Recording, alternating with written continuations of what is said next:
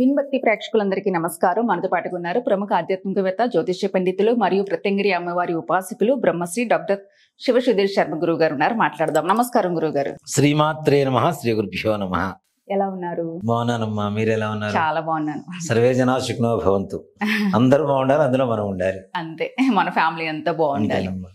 గురుగారు, మీరు ఎప్పుడు చెప్తూ ఉంటారు, ఏ ప్రాబ్లం వచ్చినా పితృదోషానికి రిలేటెడ్ గానే వస్తుంది. పితృదోషం ఉంటేనే ఏ సమస్య అయినా ప్రతి మనిషికి వస్తుంది అంటారు. అయితే ఈ పితృదోషం ఎలా వస్తుంది, ఎందుకు వస్తుంది అంటే, మనం ఈ జన్మలో ఈ లైఫ్ లో ఎలాంటి తప్పులు చేయలేదు కదా, ఎందుకు ఇన్ని ప్రాబ్లమ్స్ వస్తున్నాయి అని డౌట్స్ చాలా మందికి వస్తూ ఉంటాయి. అంటే పితృదోషం మన దగ్గర నుంచి కాకుండా మన తరతరాల నుంచి వస్తుంది అంటున్నారు. అసలు ఎందువల్ల ఏర్పడుతుంది గురుగారు పితృదోషం అనేది మనకి? ముఖ్యంగా అమ్మా, ఇప్పుడు ఉన్న యువత గురించి వాళ్ళ తల్లిదండ్రులు పడుతున్నటువంటి ప్రతి బాధ, అది వివాహం కావచ్చు, ఉద్యోగం కావచ్చు. ఇతర దేశాలు వెళ్ళి చదువుకుంటారు, చదువు పూర్తి అవుతుంది, ఉద్యోగం రాదు, అక్కడి నుంచి వచ్చేయాల్సిన పరిస్థితులు వస్తూ ఉంటాయి. అంత కష్టపడి ఎంత డబ్బు ఖర్చు పెట్టుకొని ఉద్యోగాలు లేక, ప్రభుత్వాలు మారుతున్న కొద్ది భయం, అక్కడ కూడా ప్రభుత్వం మారుతూ ఉంటుంది కదా, దాంతో భయం. ఇప్పుడు కొత్తగా అందులో ట్రంప్ గారు వచ్చారు. ఇప్పుడు ఇంకా నిజంగా చెప్పాలంటే చాలా మంది ప్రతి ఒక్కరు భయపడుతున్నారు. అక్కడి నుంచి రాండి అంటే మేము రాము, ఆయన వచ్చారంటే మరి మాకు వీసా రాదు అక్కడికి రావడానికి, మేము రాము, కొన్ని రోజుల తర్వాత వస్తామనేటువంటి ఒక భయానకమైనటువంటి పరిస్థితులు. వివాహం, సంతానం ఆలస్యం అవ్వటం, అంటే ఒకటి కాదు, ఇప్పుడు యువత అనుభవిస్తున్నటువంటి ప్రతి కష్టానికి కారణం కూడాను పితృదోషం అనే చెబుతాం. ప్రతి కష్టానికి కూడాను. ఇక్కడ మరి పితృదోషం అంటే పెద్దల నుంచి వస్తున్న దానికి మేమెందుకు అనుభవించాలి, మాకేం పని, అసలు ఎందుకు వస్తుంది, ఎలా వస్తుంది అనేటువంటి ఒక వివరణకు వస్తే, ముఖ్యంగా మనకి దుర్మరణాలు, హఠాన్మరణాలు, అన్ఎక్స్పెక్టెడ్ డెత్స్, ముఖ్యంగా 60 ఏళ్ల లోపల చనిపోయేటువంటి వ్యక్తుల ఆత్మ ఘోష ఏదైతే ఉంటుందో అదే పితృదోషంగా చెబుతూ ఉంటాం. 60 ఏళ్ల లోపల చనిపోతే ఏమొస్తుంది, ఎందుకు వస్తుంది అంటే, మనిషి కలియుగంలో 120 సంవత్సరాలు బ్రతకాలి. మనకి తగ్గట్టుగానే దానికి చూడండి, మన తెలుగు సంవత్సరాలు 60 ఉంటాయి. 60 కలుపుకుంటే 120 కదా. ఇక్కడ 120 సంవత్సరాలు ఎలా బ్రతకాలి అంటే, రవి మహర్దశ నుంచి కేతు మహర్దశ వరకు ఉండేటువంటి సంఖ్యని తీసుకుంటే మొత్తం 120 సంవత్సరాల మహర్దశలు ఉంటాయి. 120 సంవత్సరాల మహర్దశలు అంటే 120 సంవత్సరాలు సంపూర్ణమైనటువంటి ఆయుర్దాయం అనేగా అర్థం. దాంట్లో మనకి అర్ధాయుష్ వచ్చేసరికి 60 సంవత్సరాలు అవుతుంది. చాలా మంది కూడా 100 సంవత్సరాలు, అర్ధాయుష్ అంటే 50 సంవత్సరాలు అని ఆలోచిస్తున్నారు. కానీ అసలైన సంపూర్ణమైనటువంటి ఆయుర్దాయం 120. దాంట్లో అర్ధాయుష్ వచ్చేసరికి, సగం వయసు వచ్చేసరికి 60. 60 సంవత్సరాల లోపల చనిపోతే ఆత్మఘోష ఉంటుంది తప్పనిసరిగా. బాగా ఆకలి వేసేసింది, అన్నం కంచం నిండా అన్నం పెట్టేసుకున్నాం, ఓ 4 ముద్దలు తింటే కడుపు నిండదు, అవునా? అలాంటప్పుడు ఏమవుతుంది, ఆ ఆకలి అట్లానే ఉండిపోతుంది. అట్లానే 120 సంవత్సరాలు బ్రతకవలసినటువంటి ఒక మనిషి 60 సంవత్సరాలు లోపల చనిపోతున్నాడు అంటే ఎంత ఆత్మఘోషం ఉంటుంది. ఇప్పుడు మనకి మంచి బట్టలు కొనుక్కున్నాను నాన్న, వేసుకున్న వెంటనే ఏదో కింద పడిపోయో ఏదో మరకయ్యి మొత్తం చిరిగిపోయింది అనుకుందాం, బాధేస్తుందా లేదా? అంటే దాన్ని మనం కొన్ని సంవత్సరాల పాటు వాడుకుంటాం అనేటువంటి ఒక ఆలోచనతో మనం కొనుక్కున్నప్పుడు వెంటనే చినిగిపోతే మనకి చాలా బాధేస్తుంది. వేసుకున్నాం, మొదటిసారి చనిపోయింది అనుకోండి, ఏమవుతుంది, బాధేస్తూ ఉంటుంది. అందులోనూ ఎవరు ఏ వస్తువు కొనుక్కున్నా దాని మీద ఇష్టంతోనే కొనుక్కుంటారు, అయిష్టంతో కొనుక్కోరు. అట్లాగే మనిషి ఎవరు కూడాను చావాలని కోరుకోరు, చావు రావాలని అంతకంటే కోరుకోరు. సంపూర్ణ ఆయుధాలతో, ఆరోగ్యంతో, సుఖ సంతోషాలతో గడపాలి అనేటువంటి ఒక ఆలోచనతోనే ఉంటారు. ఈ 60 సంవత్సరాల లోపల చనిపోయినటువంటి వాళ్ళంతా కూడాను స్వర్గ నరక ప్రాప్తి అనేటువంటిది ఎక్కడా లేకుండా త్రిశంక స్వర్గం అని భూమికి ఆకాశానికి వెళ్ళాడుతూ ఉంటుంది. ఆ త్రిశంక స్వర్గంలో ఉంటారు. దాని ద్వారా ఏంటి అంటే, చాలామంది చదువుతుంటారు, మా నాన్నగారు చనిపోయారు, ఆయన చిన్నప్పుడే చనిపోయారు, ఒక 30 ఏళ్ళకి 35 ఏళ్ళకి చనిపోయారు, మేము పుట్టిన తర్వాత. మా నాన్నగారికి మేము ప్రతి సంవత్సరం తద్దినం పెడుతూ ఉంటాం, మహిళా పక్షంలో స్వయంపాకం ఇస్తూ ఉంటాం, అన్నీ చేస్తూనే ఉంటాం, మాకెందుకు వస్తాయి పితృదోషాలు అనేటువంటి ఒక ఆలోచన చాలా మందికి ఉంటుంది. ఇప్పుడు అన్నం తింటే ఆకలి తీరుతుంది, అన్నాన్ని చూస్తే ఆకలి తీరదుగా. ఇక్కడ 60 సంవత్సరాల లోపల చనిపోయినటువంటి వ్యక్తులకి స్వర్గ నరక ప్రాప్తి కలగకుండా అక్కడ ఆ స్థానాల్లో కలిగినటువంటి వాళ్ళకి మాత్రమే మనం పెట్టేటువంటి పితృకార్యాలు వాళ్ళకి చెందుతాయి. త్రిశంక స్వర్గం అంటే భూమికి ఆకాశానికి మధ్యలో వేలాడే వాళ్ళని మనం పిశాచాలంటాం. అంటే అంటే ఇంకా వాళ్ళకి చెందవు వాళ్ళకి చెందవు. మనం చేసినవి. చెందవు. దానివల్ల ఏమవుతుంది, మనం పెట్టింది వాళ్ళకి చెందకపోతే వాళ్ళ ఆ సంతృప్తి ఎక్కడ ఉంటుంది కదా. దానివల్ల వాళ్ళ ఆశీర్వచనం, పితృదేవతల ఆశీర్వచనం అనేటువంటిది ఆ కుటుంబం మీద లేకుండా పోతుంది.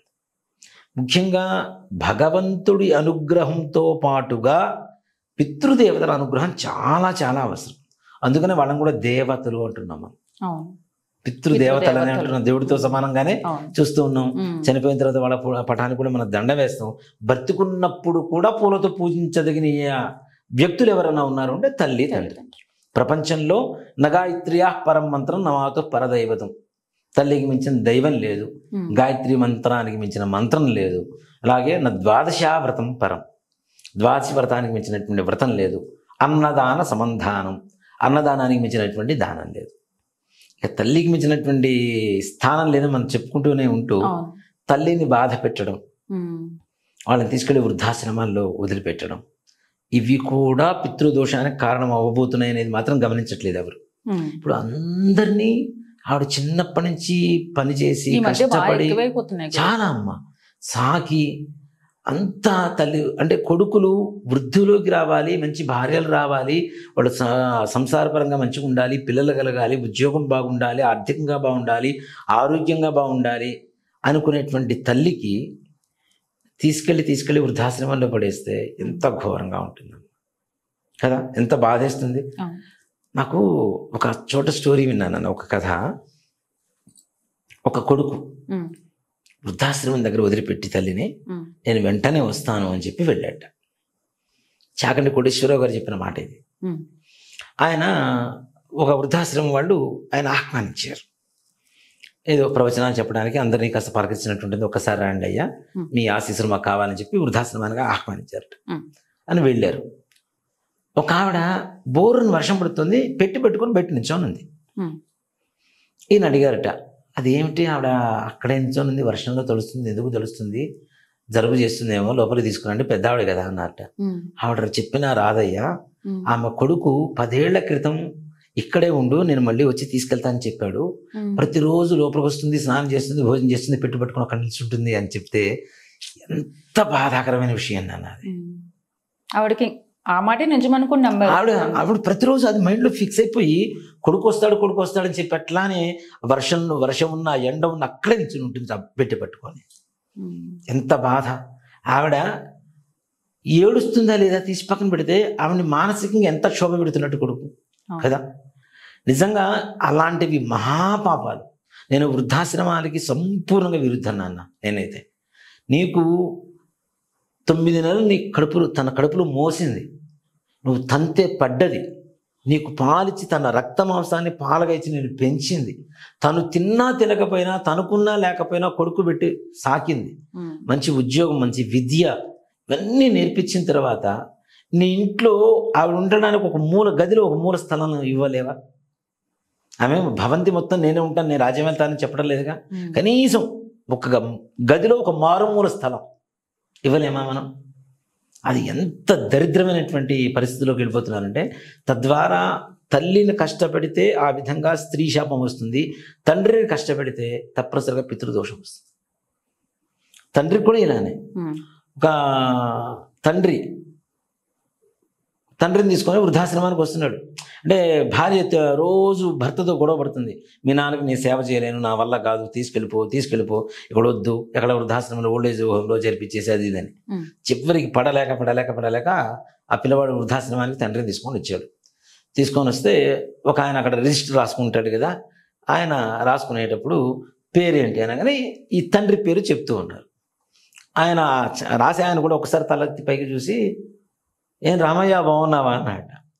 అయ్యా నేనేలా తెలుసయ్యా నీకు అంటే, నువ్వు తెలుసు, నాకు నా బాగా పరిచయం ఉంది. అవును, నీకు పిల్లలు లేరని చెప్పి మా అనాథాశ్రమం నుంచి ఒక పిల్లవాడిని తీసుకెళ్ళి పెంచుకున్నావు కదా, ఆ పిల్లవాడు బాగున్నాడా అన్నాడు. అతనే వీడయ్యా అన్నట్టు. ఎంత బాధ చెప్పండి అన్నది నిజంగా కదా. మీ కళ్ళల్లో నీళ్ళు అంటే తల్లిదండ్రులను అట్లా బాధ పెట్టకూడదు అన్న, మహా పాపం. సారీ అండి.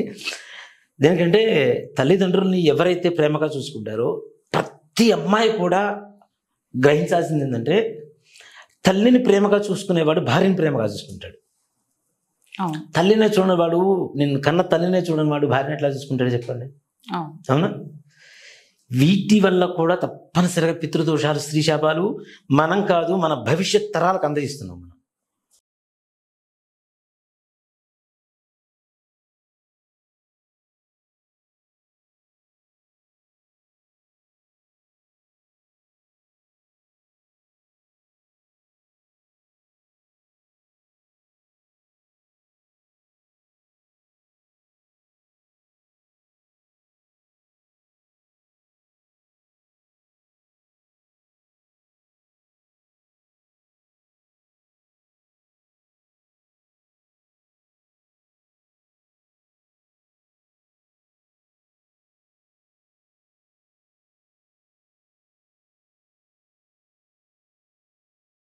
అంటే తల్లిదండ్రులను తీసుకునే వృద్ధాశ్రమాల్లో పడేస్తూ ఉంటే వాళ్ళ ఘోష చాలా ఉంటుంది నాన్న. బయటికి చెప్పుకోలేరు, లోపల మింగలేరు. కొడుకేమో అమెరికాలో ఉంటాడు, వాడు ఎన్ని ఆస్తులు సంపాదించి ఎంతమంది కారులలో తిరుగుతుంటే ఏముంది, ఎంత పెద్ద బిల్డింగ్లు ఉంటే ఏముంది. ఇక్కడ తల్లిదండ్రులకు ఉంటాయని కూడా ఒక స్థలం, చిన్న స్థలం కూడా ఇంట్లో ఇవ్వలేని పరిస్థితుల్లో ఇలాంటి వాటి వల్ల కూడా తప్పనిసరిగా పితృదోషాలు వస్తాయి. వాళ్ళకే కాకుండా వాళ్ళ నెక్స్ట్ జనరేషన్ తప్పనిసరిగా తప్పనిసరిగా. ఇప్పుడు తల్లిని ఏడిపిస్తే రేపటి రోజు నీ కొడుకు నిన్ను ఏడిపిస్తాడు, గ్యారంటీ. నువ్వేం చేసావు, 65 ఏళ్ళు రాగానే తీసుకెళ్ళి వృద్ధాశ్రమంలో పడేసావు తల్లిదండ్రుల్ని. నీ కొడుకు ఏం చేస్తాడు, అదే పని చేస్తాడు. 65 ఏళ్ళు వచ్చిన తర్వాత సో వీళ్ళు సర్వీస్ లేదనమాట, వీళ్ళు ఉండాల్సిన ప్లేస్ ఇది కాదు, వృద్ధాశ్రమం మా నాన్న చేశాడు, సో నేను కూడా అదే చేయాలి. మనం మంచి చేస్తే మంచి చేస్తారు చూస్తూ, చెడు నేర్పిస్తే చెడు నేర్చుకుంటారు. కాబట్టి వీళ్ళ పరిస్థితి కూడా అంతే. ఇప్పుడు ఒక కొడుకు తల్లిదండ్రులకి తవ్వుతూ ఉంటాడు, గుంట తవ్వుతూ ఉంటాడు. ఎందుకురా అంటే తవ్వుతామని కొడుకు అడుగుతుంటాడు. కొడుకు కూడా పక్కన ఇంకో గుంట తీస్తూ ఉంటాడు వాడు కొడుకు. ఎందుకురా అంటే నువ్వు మీ అమ్మ నాన్నకి తీస్తున్నా, నేను నీకు తీస్తున్నా అని చెప్తాడు. అది తప్పని కూడా తెలియదు వాళ్ళకి, అలవాటు. తండ్రి చేస్తున్నాడు కాబట్టి నేను కూడా చేయాలేమో, ఒక ఆచారం లాగా వచ్చే పరిస్థితుల వరకు వస్తున్నాయి. చివరికి అదే పరిస్థితి వస్తుంది. కాబట్టి దయచేసి వృద్ధాశ్రమాల్లో తల్లిదండ్రులను ఎవరిని చేర్పించకండి. వాళ్ళ ఘోషకి, మనోక్షోభకి మాత్రం దయచేసి కారకులయ్యి మీ భవిష్యత్ తరాలకి మీరు కళ్ళారా చూస్తూ భరించలేనంత బాధల్ని మీ చేతులారా మాత్రం దయచేసి తెచ్చిపెట్టకండి. కాబట్టి ఈ విధంగా కూడా పితృదోషాలు వస్తాయన్న. దీంతోపాటు ఇప్పుడు తక్కువ ఉంది కానీ పూర్వకాలంలో అమ్మాయి అని చెప్పి గర్భంలో ఉన్న సంగతి తెలిస్తే అబార్షన్స్ చేయించేవాడు. అది కూడా పితృదోషాలు, స్త్రీ శాపాల కిందకే వస్తాయి. ఒక గర్భంలో పిండ వచ్చిన తర్వాత, ప్రాణం వచ్చిన తర్వాత తీసేస్తాను అంటే నువ్వెవరు కదా. వాటి వల్ల గర్భస్థ శిశు మరణాలు అంటారు, గర్భ శిశు హత్యలు అంటారు, భ్రూణ హత్యలు అని చెప్తూ పిలుస్తూ ఉంటారు ఎక్కువగా. అందుకనే వేదమంత్రాల్లో ఇట్లాంటివి జరుగుతాయని చెప్పి తెలిసి కూడా పూర్వకాలంలో ఎప్పుడో త్రిసుపర్ణం అని చెప్పి ఒక మంత్రాలు ఉంటాయి నాన్న. త్రిసుపర్ణం, భ్రూణ హత్యాంబ ఏతే ఘ్నంతి, వీరహత్యాంబ ఏతే ఘ్నంతి, బ్రహ్మహత్యాంబ ఏతే ఘ్నంతి. వీళ్ళని నీకు తెలిసి చేసినా తెలియక చేసినా బ్రహ్మహత్య కావచ్చు, భ్రూణహత్య కావచ్చు, వీరహత్య కావచ్చు, ఇవి చేస్తే పాపాలు చుట్టుకుంటాయని చెప్పి ప్రతిరోజు భోజనం చేసేటప్పుడు ఆ త్రిసుపర్ణం చెప్పుకొని భోజనం చేయమని చెప్తారు. ఆ పాపాలు పోవడం కోసం, తెలిసి తెలియక చేసిన పాపాలు పోవడం కోసం. అంటే ఇవన్నీ కూడా మహాపాపాలనేగా, అంతే కదా. కడుపులో ఉండేటువంటి బిడ్డను చంపుకోవడం, బ్రాహ్మణ్ణి కానివ్వండి, భగవంతుడిని, దైవ నింద కావచ్చు, గురు నింద కావచ్చు, విప్ర నింద, బ్రాహ్మణ్ణి నిందించడం కావచ్చు, గోవుని హింసించడం కావచ్చు, గోవధ ద్వారా కూడా బ్రహ్మహత్యాది పాతకాలు చుట్టుకుంటే ఇట్లాంటి పితృదేవత దోషాలు కూడా తప్పనిసరిగా వస్తాయి వాటి వల్ల కూడా. కాబట్టి ఈ 60 సంవత్సరాల లోపల చనిపోయినటువంటి ఆడవాళ్ళు చనిపోతేనేమో స్త్రీ శాపం అంటున్నాం, మగవాళ్ళు చనిపోతేనేమో పితృదోషం అంటున్నాం. దేవతలకి ఏదైనా మనకి తెలిసి ద్రోహం చేయడం కానీ, మన పూర్వీకులు కట్టించినటువంటి దేవాలయాలు మనం పోషించకపోవడం కానీ, లేదు మన కులదేవత, గృహదేవత ఆరాధన ఉంటుంది. కొంతమందికి రేణుకాయలం ఉంటుంది, కొంతమందికి కొండ మైసమ్మ ఉంటుంది. అంటే ఒక్కొక్కడికి ఒక్కో రకమైనటువంటి దేవత ఆరాధన, కులదేవత, గృహదేవత అనే ఆరాధన ఉంటుంది. ఇలవేల్పు, ఇంటి ఇలవేల్పు అంటాం కదా. ఇంటి ఇలవేల్పుని కొలవడం మర్చిపోయినా సరే తప్పనిసరిగా దేవతా శాపాలు వస్తాయి. ఇప్పుడు మన ఇంట్లో మరి చాలా మంది ఇప్పుడు సిటీస్ కి వచ్చేసి పల్లెటూరులో చేయట్లేదు నాన్న. అవి కదా. మరి ఎక్కువగా పల్లెటూళ్ళలో ఉండే వాళ్ళకంటే సిటీలో ఉండే వాళ్ళ బాధలు ఎందుకు ఎక్కువ పడుతున్నారు? డబ్బు సంపాదిస్తున్నారు కానీ బాధలు కూడా ఎక్కువ పడుతున్నారు కదా. కానీ పల్లెటూళ్ళలో ఉండేవాళ్ళు అట్లా ఉండాలి. వాళ్ళ ఉండేటువంటి ఆ భక్తి ఏదైతే ఉందో అది మూఢభక్తి కావచ్చు, ఏ భక్తి అయినా కావచ్చు, వాళ్ళు ఒక విధానాన్ని నమ్ముకుని ఆ విధానం ప్రకారం వెళ్ళిపోతుంటారు కాబట్టి కొంతవరకు బెటర్ గానే ఉంది వాళ్ళు. నిజమే. మనకి చూడండి పల్లెటూరులో క్యాన్సర్లు ఇట్లాంటివి తక్కువ ఉంటాయి. దాన్ని వాళ్ళు లేచినప్పటి నుంచి పని చేస్తుంటారు, చక్కగా దేవత పూజలు చేసుకుంటుంటారు. వాళ్ళకు ఉండేటువంటి నమ్మకం ప్రకారం ఆ దేవతను చక్కగా ఆరాధిస్తారు, వాళ్ళు ప్రశాంతంగా ఆరాధిస్తుంటారు. మనం అట్లా కాదు, సంపాదన మీద ఎక్కువగా ధ్యాస పడిపోయి అసలు ఉన్న మూలాన్ని మర్చిపోయి ఇంట్లో అరే నాన్న ఇంట్లో పూజ చేస్తున్నారు, అమ్మవారు పూజ చేస్తున్నాం, గృహదేవత కులదేవత పూజ చేస్తున్నాం, ఒకసారి రాండి అంటే నాకు ఇవాళ సెలవు దొరకదమ్మా, లాస్ ఆఫ్ పే పెట్టుకోవాలి, నేను రాను, మీరు ఏం చేసేయండి. అలా వెళ్లకుండా ఉండడం వల్ల వాడికి అక్కడ చేసే విధానం తెలియట్లా. చివరికి ఏమవుతుంది, పెళ్లి చేసుకున్న భార్యకి తెలియదు, ఆ తర్వాత పుట్టే పిల్లలకి తెలియదు. అది చివరికి అక్కడ ఆగిపోతుంది, ఆచారం అనేది ఆగిపోతున్నారు, మర్చిపోతున్నారు. దాని వల్ల కూడా దేవతా శాపాలు తప్పనిసరిగా రావడానికి అవకాశం ఉంటుంది. కాబట్టి అంటే గృహదేవత కానివ్వండి, కులదేవత కానివ్వండి, మన పూర్వీకులు కట్టించినటువంటి దేవాలయం కానివ్వండి, వీళ్ళందరూ కూడాను మన ఇంట్లో మనుషుల్లాగానే మన వాళ్ళే. మన ఇంట్లో ఉండే వాళ్ళకి మనం భోజనం పెట్టకుండా కడుపు మాడిస్తే ఎలా ఉంటుంది? ఇది కూడా అంతే కదా. ఇప్పుడు 10 మంది ఉన్నారు నాన్న, ఇప్పుడు నేనే ఉన్నాను, నా ఇంటికి 10 మంది బంధువులు వచ్చారు, అందరూ కలిసి భోజనం చేసి నాకు భోజనం పెట్టడం మర్చిపోతే ఎలా ఉంటుంది? నేనే అసలు ఇంటి యజమానిని, నాకు భోజనం పెట్టకుండా మిగిలిన వాళ్ళందరూ భోజనం పెడితే ఎలా ఉంటుంది? నన్ను మర్చిపోతే ఎంత బాధేస్తుంది కదా. అందరి ముందు అవమానము, బాధ, శోభ, ఆకలి ఇన్ని ఉంటాయి. మరి ఇదే పరిస్థితి మన దేవతలు కూడా మనం ఇస్తున్నప్పుడు అక్కడి నుంచి మనకి శాపాలు రావా? మరి దేవతా శాపాలు. కాబట్టి దేవతా శాపాలు కానీ, స్త్రీ శాపాలు కానీ, పితృదోషాల వల్ల కానీ, ముఖ్యంగా ఇప్పుడు ఎదుర్కొంటున్నటువంటి యువత సమస్యలు ఏవైతే ఉన్నాయో వాటిల్లో జ్ఞాపక శక్తి, చదువుతారు, ఎగ్జామ్ హాల్కి వెళ్ళేసరికి మర్చిపోతారు, ఒక టెన్షన్, అదొక ఫోబియా లాగా తయారైపోయింది. నిన్నెవరో కూడా మన దగ్గర అపాయింట్మెంట్ తీసుకుని కాల్ చేశారు నాకు. ఏంటమ్మా అంటే, మా అమ్మాయి బాగా చదువుతుందండి, ఎగ్జామ్ హాల్కి వెళ్ళేసరికి టెన్షన్ పడుతుందండి. ఈ అంటే మానసికమైనటువంటి ఒత్తిడి ఎక్కువగా ఉండటం, టెన్షన్, ఫోబియాకి వెళ్ళిపోతారమో అని రాయలేని మానసిక ఒత్తిడి ఇది వరకు కాలంలో అసలు తెలియదు కూడా, ఎవరికి తెలియదు, ఉండేది కాదు. ఇప్పుడు మరి అదే ప్రాబ్లం. చిన్న పిల్లలు కూడా, చిన్న పిల్లల దగ్గర నుంచి దాదాపు 60 ఏళ్ళు ఉన్న వాళ్ళు కూడా ఇప్పటికీ ఉన్నారు. కొంతమంది నేను చూస్తున్నా, కంగారు అనమాట, హడావిడి. ఇప్పుడు జాతకం అడగడానికి వచ్చినప్పుడు నేను ఎవరైనా జనరల్గా 10 నిమిషాలు జాతకం చెప్తారు, పంపించేస్తారు. నేను అర్ధ గంట పైన మాట్లాడితే ఎవరితో అయినా సరే తప్పనిసరిగా వాళ్ళు మనల్ని నమ్ముకొని ఇంత దూరం వచ్చినప్పుడు వాళ్ళ బాధను మనం ఫస్ట్ వినాలి. వాళ్ళకు ఉండేటువంటి ఆ సమస్యకి పరిష్కారం ఏంటో మనం చెప్పగలగాలి. అది కాకుండా కొంతమంది హడావిడిగా మనం చెప్పే లోపల అంతా ఇచ్చేసేస్తూ ఉంటారు. అప్పుడు నేను చెప్తాను, అమ్మ మీకున్న ప్రాబ్లమ్స్ ముందు నాకు చెప్పకండి, చెప్తే నేను మళ్ళీ అవే మీకు చెప్పారు అనుకోండి, మన ఇద్దరం బాధను పంచుకున్నట్టు ఉంటుంది, జాతకం చెప్పుకున్నట్టు ఉండదు, మీరు చెప్పించుకున్నట్టు ఉండదు, నేను చెప్పినట్టు ఉండదు. ఫస్ట్ మీకున్న ప్రాబ్లమ్స్ ఏంటో నేను చెప్తే మీకు నా మీద జ్యోతిష్య శాస్త్రం మీద నమ్మకం కలుగుతుంది. ఈ పీరియడ్లో ఇది జరిగింది, ఈ పీరియడ్లో ఇలా ఉంది, ఈ పీరియడ్లో ఇలా ఉంది అని చెప్తాను నేను మీకు, ఎలా ఉంటుందో చూడండి. అది కాదు అంటే అప్పుడు మనం విందా ఉంటాం. మనం చెప్పిన తర్వాత అది కాదనే సమస్య అయితే లేదు. వల్ల తప్ప. అవునండి, కరెక్ట్, మీరు చెప్పింది. నాకు థ్యాంక్స్ చెప్తారు. ఎట్లా చెప్పారంటే 100% నా లైఫ్ లో ఏం జరిగిందో కొన్ని నాకే తెలియనివి కూడా ఆయన చెప్పారండి అని చెప్తున్నారు. అయితే ఇట్లా కంగారు పడిపోవడం, ఎమోషనల్ మైండ్, కోపం, బాధ, సంతోషం, ప్రేమ, జాలి, దయ, ద్వేషం అన్ని ఎక్స్ట్రీమ్ లెవెల్లోనే ఉంటాయి. ఇప్పుడు చూడండి, ఇప్పుడున్న యువతలో సారీ చెప్పేటువంటి తల్లిదండ్రులకు సారీ చెప్పేటువంటి వాళ్ళు చాలా తక్కువ మంది ఉంటారు. ఖచ్చితంగా ఇది వాళ్ళ తప్పుని వాళ్ళకి తెలిసినా నేను చేసిందే కరెక్ట్ అనేటువంటి ఒక ఊహాలోకంలో విహరిస్తూ ఎదురు వాళ్ళకి సారీ చెప్పడం అనేది లేదు. అది చాలా మందిలో ఈ మధ్యకాలంలో అది ఎక్కువగా చూసిన. 5 ఏళ్ల పిల్లవాడమ్మా, వాడు సారీ చెప్పట్ట, నాన్న సే సారీ అంటే చెప్పట్ట. వాడు నాయనమ్మ ఏదో అంటాడు, నాన్న సారీ చెప్పినా నా నాయనమ్మ బాధపడుతున్నాను అంటే నేను చెప్పను అనేమాట.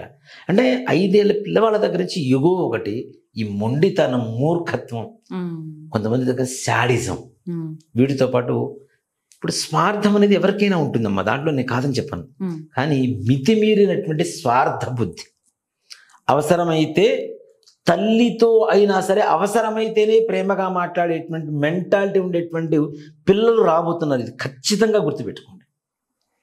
వాళ్ళకి అవసరమైతేనే తల్లి దగ్గరకు వచ్చి గట్టిగా పట్టుకొని ఆ తల్లిని ఏదో మాయ చేసి ఆమె దగ్గర కావాల్సిన పని చేయించుకొని పోయి ఆ పని అయిపోయిన తర్వాత సర్లే అమ్మా నువ్వు చెప్పింది నాకు తెలుసులే అనేటువంటి పిల్లలు రాబోతున్నారు. ఇప్పటికీ ఉన్నారు. ఈ మీదట కూడా అలాంటి సంతతి ఎక్కువగా మన ప్రపంచంలో ఉండబోతుంది. అది కూడా గుర్తుపెట్టుకోవాలి. ఇవన్నీ ఎందుకు వస్తున్నాయి? ముఖ్యంగా పితృదోష కారణం, స్త్రీ శాప కారణం, దేవతా శాప కారణం. అలాగే అసలు విద్య దగ్గరే మనం ఈ విధంగా ఉంది. వివాహం చేసుకోవడానికి తల్లిదండ్రులు కొంతమంది ఛాన్స్ ఇస్తున్నారు, కొంతమంది ఛాన్స్ ఇవ్వటం లేదు. సరే అబ్బాయి ఏదో ప్రేమించాడు, అమ్మాయి ఎవరినో ప్రేమించింది, చేయొచ్చు, బాగానే ఉన్నారు అనుకునేటువంటి సమయంలో ఆ వివాహం అనేది ఇటీవల నా కళ్ళెదురుగా జరిగినటువంటి వివాహం. మొదటి నుంచి చెబుతూనే ఉన్నాను, వద్దు కుదరదు వీళ్ళిద్దరికి అని. అబ్బాయి ఏమో మొండితనంగా నా లేదు ఎమ్మైనా నేను పెళ్లి చేసుకుంటానన్నాడు. తండ్రి ఏం చేస్తాడు, సరే వాడికి ఇష్టం కదా చేయనివ్వండి గురువుగారు, చేద్దాం, వాడి కర్మ వాడే అనిపిస్తున్నాం, మనం ఏం చేయలేము, చెబుతున్నా వింటలేదని చెప్పి పెళ్లి చేశారు. పెళ్లి చేసింది ఎప్పుడు? ఆగస్టులో. నిన్న పొద్దున వచ్చారు, అయ్యా గురుగారు మీరు చెప్పింది జరిగింది అన్నాడు. ఏమైందండి అన్న, మా వాడు విడాకులు ఇస్తానంటున్నాడు. అయ్యో, ఆగస్టులో మ్యారేజ్ అయింది. ఇదెంతమ్మా? డిసెంబర్. అమ్మాయి కూడా అడుగుతుంది, డివోర్స్ అడుగుతుంది, మావాడు కూడా ఇద్దాం అనుకుంటున్నాడు, ఇచ్చేస్తున్నారు. అది ఎంత ఘోరం మరి. 4 నెలలు గట్టిగా పెళ్ళి. ఆగస్టు నుంచి డిసెంబర్, ఇంకా డిసెంబర్ స్టార్టింగ్ లోనే ఉన్నాం మనం. 3 నెలలు గట్టిగా. అంటే ఇవన్నీ కూడా వివాహం అవ్వడం అనేదే కష్టంగా ఉంటే లవ్ మ్యారేజ్ చేసుకుంటున్నారు. ఇంటర్ కాస్ట్ మ్యారేజ్ కావచ్చు, లవ్ మ్యారేజ్ కావచ్చు. ఈ లవ్ మ్యారేజ్కి నేను విరుద్ధం కాదు. ఇప్పుడున్నటువంటి పిల్లలకి సెన్సిటివిటీ ఒకటి, ఈగో ఒకటి ఎక్కువగా ఉంది. దాని ద్వారా ఆ బంధం ఎక్కువగా నిలబట్టలేదు.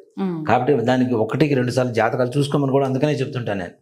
ఎంత చూసినా అవే రకమైనటువంటి మెంటాలిటీసే వస్తున్నాయి. జాతకం కుదరకపోతే ఇంకా అసలు అవకాశం ఉండదా గురువుగారు కలిసి ఉండడానికి? తక్కువ, ఛాన్స్ తక్కువ, అతి తక్కువగా ఉంటుంది. అందుకనే అలాంటివి కుదిరినప్పుడు వదిలేయడం బెటర్ అని చెప్తాను నేను. లేదు, దానికి సబ్స్టిట్యూట్స్ ఉంటాయి, కొన్ని ఉంటాయి. అవి కూడా ఎంత మేరకు, కొంత మేరకు మాత్రమే. అంతేగాని పరిపూర్ణంగా వాటి మీదనే అప్పు చేసేసాం కదా, మేమిద్దరం ఎంత కొట్టుకున్నా కలుస్తామంటే కష్టం, అంతే కదా. కాబట్టి వాడికి ఉండేటువంటి ప్రాధాన్యత వాడికి ఉంటుంది. ఇలా వివాహం చేసుకోవటం లేదు, సంబంధం చూసి చేసుకుంటారు, చేసుకున్నా విడిపోతుంటారు. దీంట్లో 2 రకాల ఇది కూడా ఉంది నాన్న. ఇటీవల కాలంలో ఎక్కువగా నేను చూస్తున్నటువంటిది ఏంటంటే, ఒక అమ్మాయి తండ్రి నా దగ్గరకు వస్తాడు, వచ్చి గురుగారు మా అమ్మాయి జాతకం చూడండి ఒకసారి. చూస్తాం, అయ్యా ఇన్ని దోషాలు, ఈ దోషాలు ఉన్నాయి, ఈ దోషాలు లేకుండా మంచి జాతకం రాసి పెట్టండి మా అమ్మాయికి అంటే దొంగ డేట్ ఆఫ్ బర్త్. ఓహో, అవతల వాళ్ళకి ఇవ్వడానికి.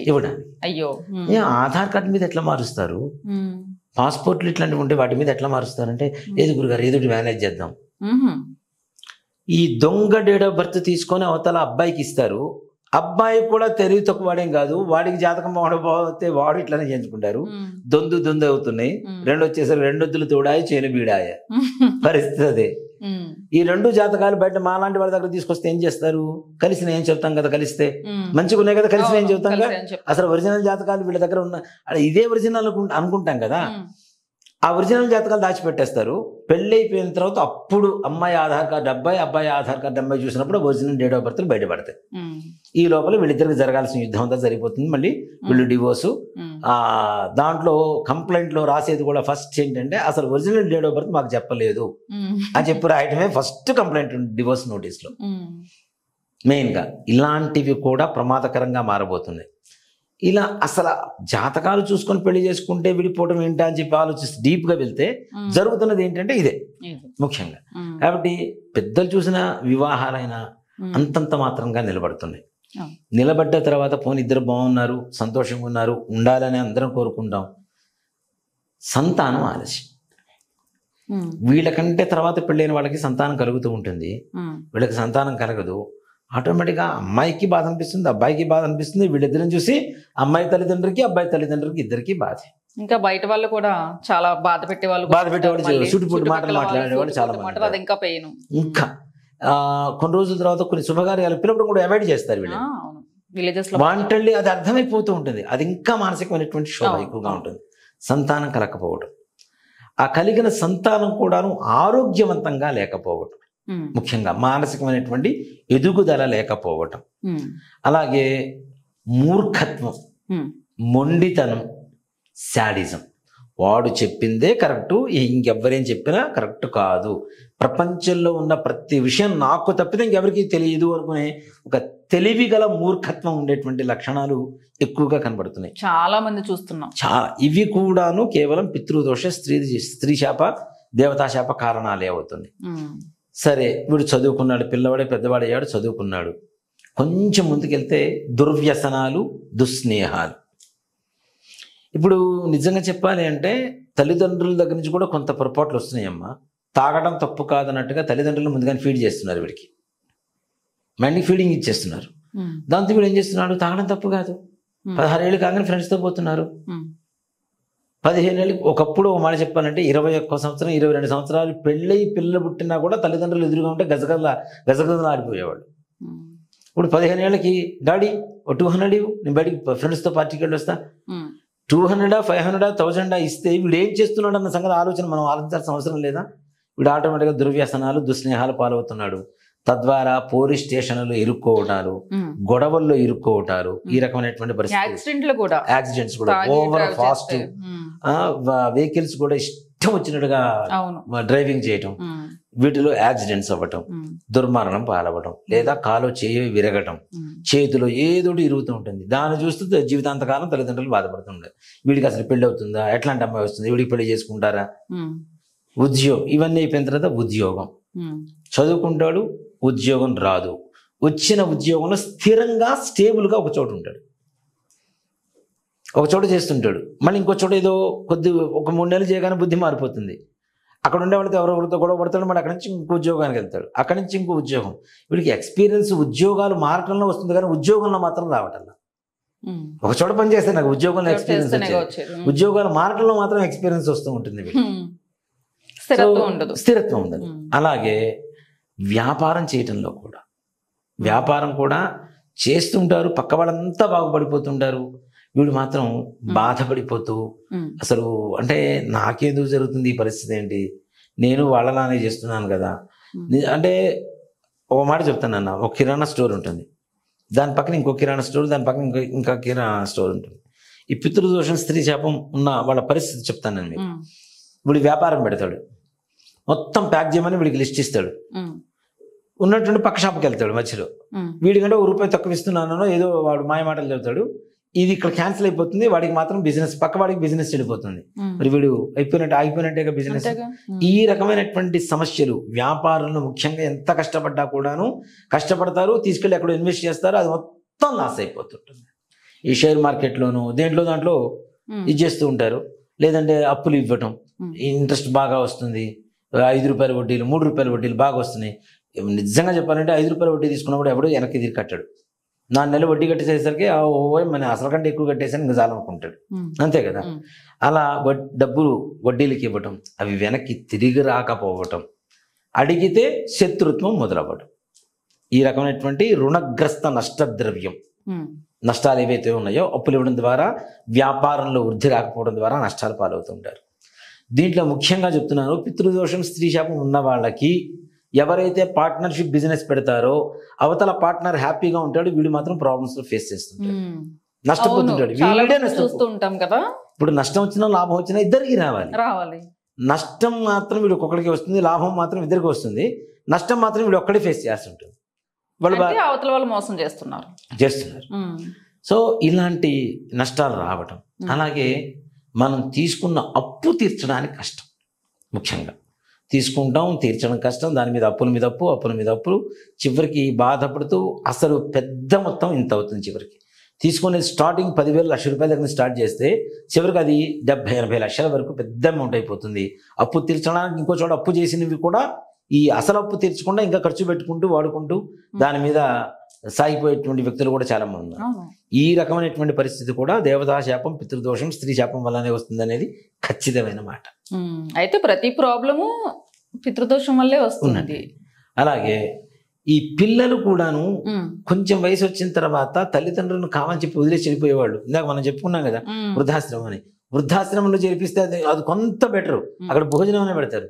వీడు అసలు చెప్పకుండా ఇంట్లోంచి వెళ్ళిపోతూ ఉంటాడు, గట్టిగా అరిస్తే చాలు ఇంట్లోంచి వెళ్ళిపోతుంటాడు. అలా వెళ్ళిపోయిన తర్వాత ఎవరైనా మన పూర్వీకులైనా సరే వెళ్ళిపోయిన తర్వాత 14 సంవత్సరాలు కనపడకపోతే ఎవరైతే కర్మ చెయ్యరో వాళ్ళకి పితృదోషం తప్పనిసరిగా వస్తుంది. ఒక మనిషి జీవితకాలం పాటు మన కంటికి కనపడకపోతే, బ్రతుకున్నాడో లేదో తెలియకపోతే, ఒక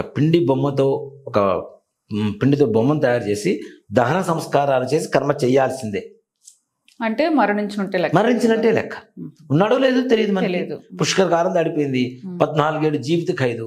మన సిమ్ చూడండి, లైఫ్ టైం అంటాం. ఎన్ని ఉంటుంది? 14 years ఉంటుంది కదా. 14 years తర్వాత మళ్ళీ రెన్యువల్ చేసుకోవాలి, మనం ఎక్స్టెన్షన్ చేసుకోవాలి. మరి 14 years అనేది ఇప్పుడేదో మన గవర్నమెంట్ మన పీనల్ కోర్టులో వీటిలో వచ్చింది అనుకుంటున్నాం, కానీ ఎప్పుడో హిందూ ధర్మంలో సనాతన ధర్మంలో ఎప్పుడో చెప్పబడింది. అందుకనే 12 సంవత్సరాలు వనవాసం, 1 సంవత్సరం అజ్ఞాతవాసం అని చెప్పారు కదా. 13 సంవత్సరాలు కనపడలేదు మనిషి, రాజ్యంతో సంబంధం తెగిపోయినట్టే. భారతంలో ధర్మం అదే కదా. కాబట్టి ఎవరైతే 14 సంవత్సరాలు కనపడకుండా వెళ్ళిపోతారో వాళ్ళకి కర్మ చేయకపోయినా పితృదోషం అనేది తప్పనిసరిగా వెంటాడుతూనే ఉంటుంది. మరి వాళ్ళు వెళ్ళే డేట్ గుర్తులేదు కదా, ఎప్పుడు వెళ్ళారో మాకు తెలియదు, గుర్తులేదు అనుకునే వాళ్ళకు కూడా ఒక పరిష్కారం ఉంటుంది దీంట్లో, అది కూడా చెప్తాను. అలాగే ముఖ్యంగా ఎవరు ఏ పని అయితే అనుకుంటారో తెల్లవారితే అయిపోతుంది అనుకునేటువంటి సమయం ఉంటుంది. ఒక 9 రోజులు, ఒక 99 రోజులు అనుకుందాను నాన్న. 1వ రోజు నుంచి కష్టపడి 99వ రోజు వరకు వస్తాడు ఒక పని కోసం. 99వ రోజు రాత్రి అయిపోతే 100వ రోజు పొద్దున్నే ఫలితం తీసుకోవడమే వీళ్ళ పని. ఫలితం తీసుకుంటే వీళ్ళ జీవితం మారిపోతుంది మొత్తం. అంత ఉన్నతమైనటువంటి ఒక కార్యం అనుకుందాం, దివ్యమైన కార్యం అనుకుందాం. 98 రోజులు కష్టపడ్డాడు, 99వ రోజు సాయంత్రం వరకు కష్టపడ్డాడు. ఆ ఒక్కరోజు ప్రశాంతంగా పడుకుంటాడు. 99వ రోజు తెల్లవారితే నా పని అయిపోతుంది, నేను హ్యాపీగా ఉంటానని. తెల్లవారితే మళ్ళీ 1వ రోజు దగ్గర ఉంటాడు. ఈ 99 రోజులు పట్టే కష్టం అంతా వృధానే, అది ఇంకా పెయిన్, అంత నరకం ఉంటుంది. అయిపోయింది, తెల్లవారితే ఇంకొక గంటల్లోనే మన చేతిలోకి మన ఫలితం వచ్చేస్తుంది అనుకున్న పరిస్థితుల్లో మళ్ళీ స్టార్టింగ్ పాయింట్ దగ్గరికి వెళ్ళిపోతే ఎంత బాధేస్తుంది. ఇలాంటివి కూడా పితృదోష, స్త్రీ శాప, దేవతా శాప కారణాలే అవుతూ ఉన్నాయి. దాంట్లో ఏ మాత్రం కూడా సంశయం లేదు. అంటే అనుకున్న ఏ పని కూడాను ఇక్కడ ముఖ్యంగా నేను పితృదోషం, స్త్రీ శాపం ఉన్న వాళ్ళకి ముఖ్యంగా గమనించండి.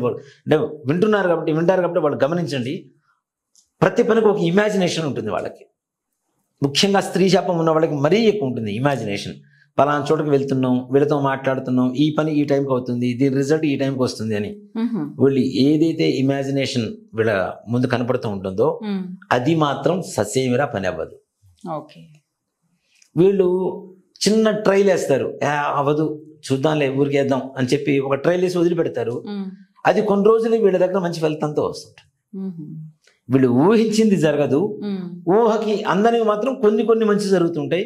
వాటితోనే లైఫ్ రొటీన్, అంటే గెట్ ఆన్ అవుతూ ఉంటుంది, రొటేషన్ జరుగుతుంటుంది.